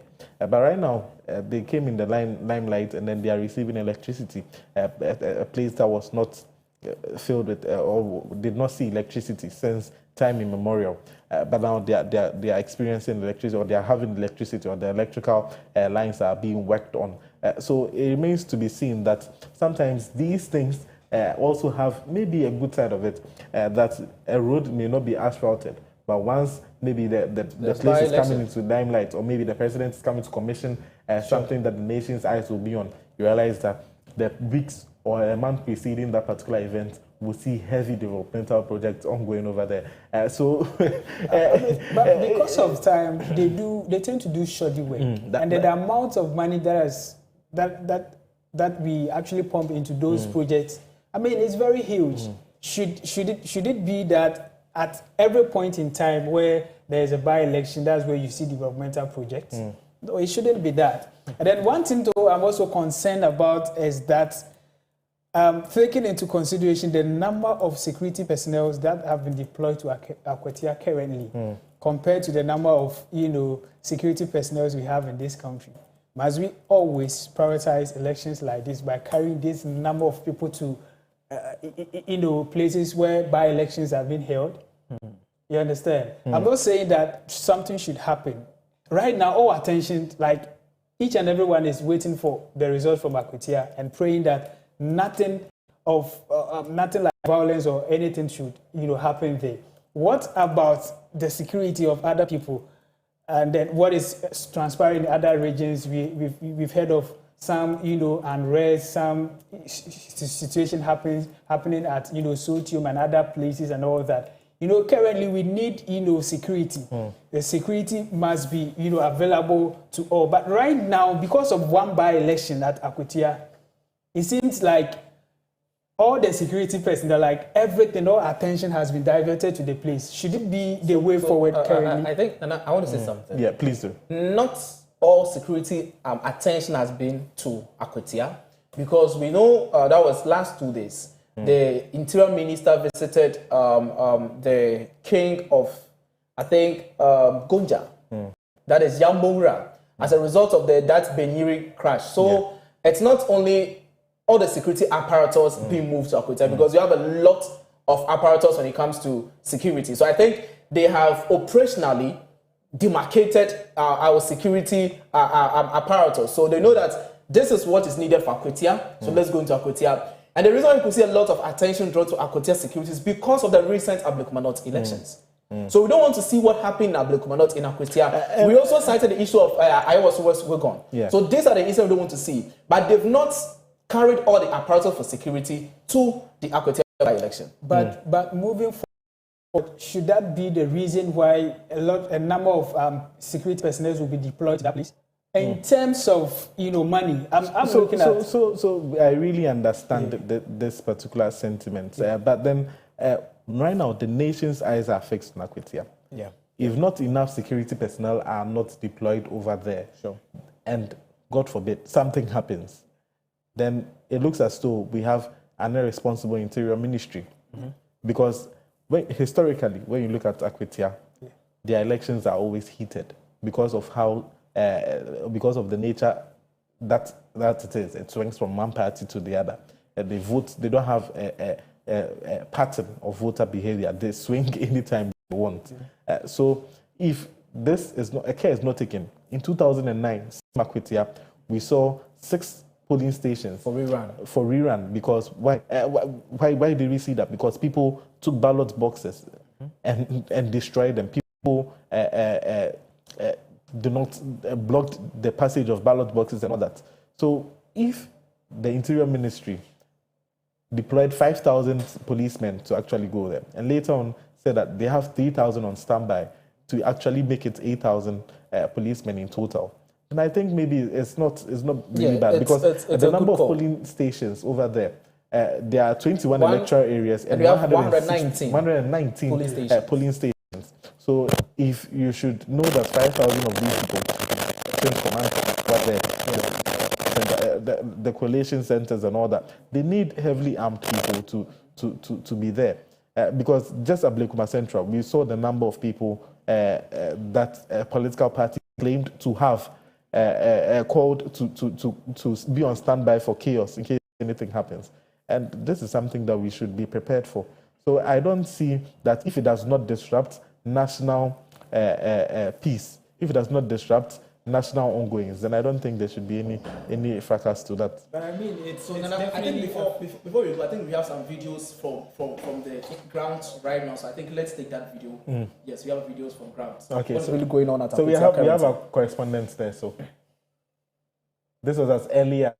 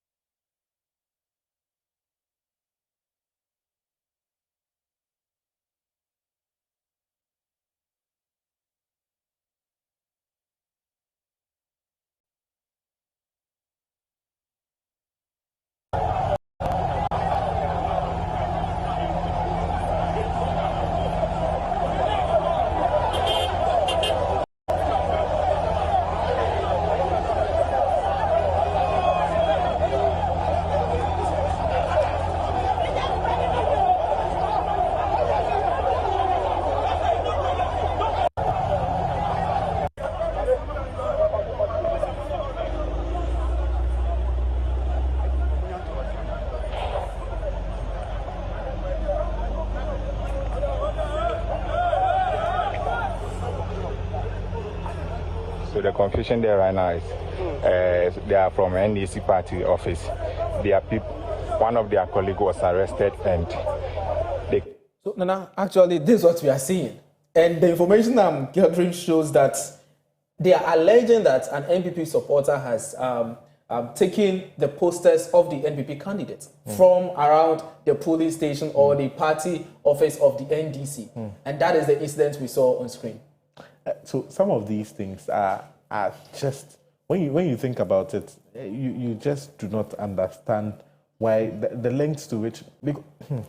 We recently saw some people being jailed just a month ago for electoral violence. And we've seen the committee reports for an election that people were murdered at. So if we tend to think this way, then I think we are going backwards. Once again, I always commend Ghana for the role we've played in democracy. Even the people who brought democracy haven't been as democratic as we have been, considering the fact that we've had electoral petitions time and time again. We've had over 30, with this included, 34 by-elections. And still, our electoral process still stands strong. It still stands tall. So if we should have pockets of incidents like this, and now they are no longer becoming pockets. They are becoming a series of incidents, and they are marring the democracy that we so cherish. If we do not find a way to put an end to this, and that is why, Peter, a lot of people call for the deployment of these security forces. Now, the police are there. The Ministry of Interior also says that the military are on standby. So should things escalate, you don't want to see by-elections and then military people doing this. Just go and exercise your franchise and go home. Someone is removing posters. How is this supposed to be? I mean, in my opinion, like you rightly said, to avert these things, I mean, like some of these things, when you hear them, it's just, I mean, so it goes a long way. I think there should be more of education as well. So some time ago, I was saying that, you know, something like politics, they should introduce it to in our educational system, maybe from maybe primary or JHS, and educate the people that politics is not about insults. It's not about fights. It's about ideas. It's about the mind. At the end of the day, the person who wins is the one who has the best idea, the one who is able to influence one another. Yeah. It's not about fight. It's not about, you know, killing one person or another. And so because of all these things and then the number of money that is involved in elections like this, I will side to, you know, agree with a section of people who think that the constitution should actually be reviewed and be given and give the, you know, political parties the power to, you know, appoint people to fill vacant, you know, positions in parliament. Say, like, and Eskume is a member of parliament on the ticket of MPP. So the party, the constitution should give the party the power to appoint somebody to fill that vacancy instead of, you know, going through this whole by-election. I understand that by-elections is when parties tend to, you know, test their power as to whether they are really doing well or not. Test their strength and actually get to know that, I mean, the kind of message they are putting across, people are actually, you know, heeding to the message and all that. But when you take a look at the negative compared to the positive, it doesn't. A lot of people may tend to think the way you're thinking, because I have some messages online that I'm looking at the moment, and this one is from Yawofori Sugani. He says every by-election drains state's money. Will Akwetia be worth the cost? This is Yawofori from Kumasi, and this from Sunyani, I should say. I think a lot of people are watching from Sunyani. Ikuya from Sunyani says, beyond the politics, what are the real needs of the people in Akwetia today? These are questions that people are asking. Kwame from Accra says, Akwetia's elections have always been heated. How prepared are the EC this time around? Kojo from Kumasi is also saying, this seat has swung back and forth. Does Akwetia truly belong to one party? Kwame, that's what we are also thinking about. Haja Miriam, why do by-elections often feel like do-or-die contest instead of a democratic process? Haja Miriam, they are also thinking the same. We've seen the footages and quite a lot of things to actually consider here. This is Nana Kweku also saying that Akwetia always puts Ghana's democracy on trial. Will this by-election strengthen or weaken it? Quite a lot of messages coming in here. Kwabna from Obuasi is also saying that the diamond in Akwetia is gone, but votes are so precious in Akwetia. Who will mind them better? That's an interesting one there. By-elections in Ghana are not about the people. There are mini referendums on the government. This is what someone is saying, that there are mini referendums, that they are also there to let's talk about that. By-elections, do they actually tell the political climate or the mood of the people concerning the government? Let's hear your thoughts on that. I think I would say yes, because from onset I make that point that it is a moment that the certain government tests the waters. That am I performing? How are the Ghanaians or citizens accepting my performance? So when you look at the by-election that happened somewhere in 2023, Asan North, Honorable James Dachukwesin constituency, the issue of this dual citizenship, people would have, or the voters would have been that, oh, there's government in power, why don't I give it to the NPP candidate? But yes, still they gave it to the NDC candidate. Even they were in power, the NPP was in power. So you see, voters look out for me, they look out for two critical things. Who is the candidate? That is the personality as we talked about. And to what extent can the candidate bring us development? And also what has been the past record of the government that we are talking about in that very constituency. Because some government, when they come to power, they focus on some constituency and they neglect the others. So these are some of the play that Did you say some governments or all governments? All governments. Anyway. all governments. All governments focus on some constituencies and neglect the others. So this is the reason why they actually, there's a lot of heat up in this very by-election. So look at this very by-election. People are saying that, yes, this current government is performing well in terms of the economy, in terms of the dollar rate, in terms of the cost of living. So they are saying that, oh, okay, then this might speak for me. That might be the confidence of the current government. But the other side, the other will be like, no, you're not doing anything. So let me give it back to the NPP government so that they still continue to lobby for me. Peter? Yeah, so like Clement rightly said, so I think that they look at history. They take into consideration the personality of the candidate and then the government in power. And so talking about the personality, they look at the history. I mean, most of these candidates grew in the various constituencies that they are vying for. Yeah. And so they look at the capabilities of the person. Is this person going to help us in terms of, you know, developmental project and all that? They look at that. So Peter is also of the view that that the voter behavior now in Ghana has maybe changed from how previously it was. This time around, they don't vote based on party coloration, but then this time around, they are voting based on the capability of the political candidate on display. Exactly. And then they look at the government in power. Once they feel that you have the ability to influence, then you're good to go. And then sometimes the candidate might have whatever it takes. The people might love the candidates. But then the party in which the candidate is vying for is not the party in power.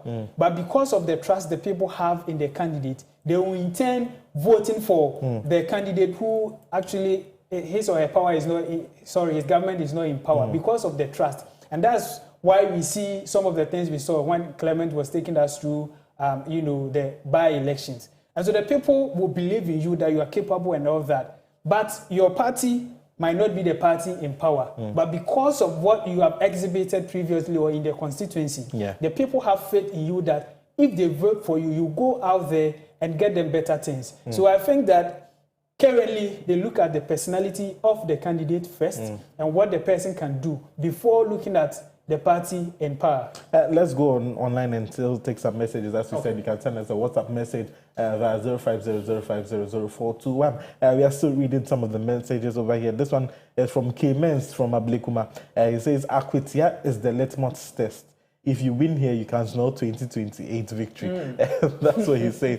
If you win here, you can smell 2028 victory. Is that what you think about as well? Let me just leave you to think about this one a little bit. If we are also texting us from Takrade, she says that by-elections in Ghana are not about the people. There are many referendums on the government. I think we actually read that. Mabel also texting us from Cape Coast. She says that she's at the Kotokraba market. Forget big promises. Akwetia voters want bread and butter, not grammar. So who is speaking the grammar here? They're saying that they don't want just promises by this and forget how do you call it? Grammar. We want bread and butter. Yaofori also. I think I've read a message already. Prince from Bogatanga, he says that by-elections in Ghana are more like political boxing matches. Gloves off, no rules. And that is why we are seeing the people misbehaving. Do you think it's the same as well? Yes. Yes. We have AC from Koforidia. She's also saying that I live very close to the mining sites in Akwetia. The collapse of mining has left Akwetia struggling. What will that decide how people vote? Myself, I won't vote because I bore. And that's what AC is also saying. She's angry because mining activities in Akwetia has actually gone down. But Nana, there is another interesting part of by-elections. You see, by-elections and the general elections are two different things. Yeah. Because in a general election, everybody's mind is prepared that I'm going home to vote, unlike by-election. Yeah. So today we are expecting close to 5,000 registered voters to turn out in Akwetia to vote. The likelihood of seeing maybe 2/3 of the population is a result that some have traveled, some have passed away, some are not living. The registered voters, 50,000. Yes. Some have traveled, some have actually moved away. So they're coming all the way from wherever they are just for the by-election is another thing many voters will look out for. That is when we see the issue of monetization coming to play in some of the elections that we have. People will be like, before I travel from wherever I am to Akwetia to come and vote, you need to just pay for my TNT or all these forms of issues. So now, there's another thing we should look out for. The voters' turnout, I see it might be low because of this kind of dynamics in our Ghana our politics or Ghana elections when it comes to by-elections. Unless the constituents are so much into that very election that they really want a massive change. That is when you see that there's going to be a very massive vote turnout. So like instead of the 50,000 registered voters, maybe we end up seeing 40,000 or maybe seeing 35,000. But it's likely that we might see a voter turnout of less than half of the total population we need, or registered voters we need for Akwetia by-election. All right, so I'm being told that our time is fast spent. So I want to quickly take your comments before we wrap up, your final comments before we wrap up and close this particular one out. All right, so, and in my opinion too, I feel that, voters going to vote is actually driven by the needs of the people at a particular time. So currently, if the people of Akwetia are in sort of need of infrastructure like hospitals, schools, education and all that, and the candidate that promises them, when the seat at the end of the day. So I feel that some of these things are as a result of why we see the results we see. And then my last words, I would like to say that the people of Akwetia, the people who are even at home now going to vote, please just stick to the rules, regulations, just stick to the protocols. We have a lot of security personnel there who are ready to protect you. Go cast your vote, come back home and sit down. There's no need fighting, arguing, quarreling and all that. Just go cast your vote and come back home. We've had a lot of this violence. And this is the reason why Ghana we've dropped in terms of the peace. In terms of peace in the country, we've dropped because of these recent things. We beg, just stick to what is right. Go cast your vote and come back home. Clement. Nana, what I would say is this: in the Akwetia elections that we saw dynamics. Before you win, at least you should try 2 times or 3 times. That is what Harry Boachi Adam did. That was what Endescumi did. Quite unfortunate when he came to Endescumi, he couldn't actually enjoy his term of office. And this incident happened. So we would say that may he continue to rest in the bosom of Abraham. And with these 2 candidates, what we want to tell them is whoever emerged as victory, let's accept it and let's move on. That is democracy for you. There's no need for any kind of ups and downs, any kind of issues that we don't want to see it in this time around. And also, we just pray for peace. And we hope that the people of Akwetia go out there and choose the candidate that they think can do the work for them for this period in the 9th Parliament. All right, so there you have it. We always come to you to bring you deep insights, but whenever there's a by-election, then typically Akwetia, it mirrors Ghana's democracy. It's not just about its diamond history, and it's not just about how it swings from one political party to another, but it tells a true story about Ghana's democracy, where ultimately the voice of the people prevails. So when you're going to the polls this particular morning or today to vote in Akwetia, please take your time and make sure that you keep all safety protocols in check, and make sure that ultimately you are going not to represent a political party, but to fly the flag of Ghana's democracy high. My name is Nanaya Wasari, and today I've done this with Clement Yabankwe and Peter Insia. It's been quite a brilliant one today as we brought you deep political insights in the world of the Akwetia by-election. So this is how we call it a day on Koko Digest Morning Show. It's been a pleasure. So we'll see you once again on Thursday. Hopefully the results will be back out by then, and then we'll be able to tell who won. But ultimately, we know that Ghana forever wins. Stay tuned.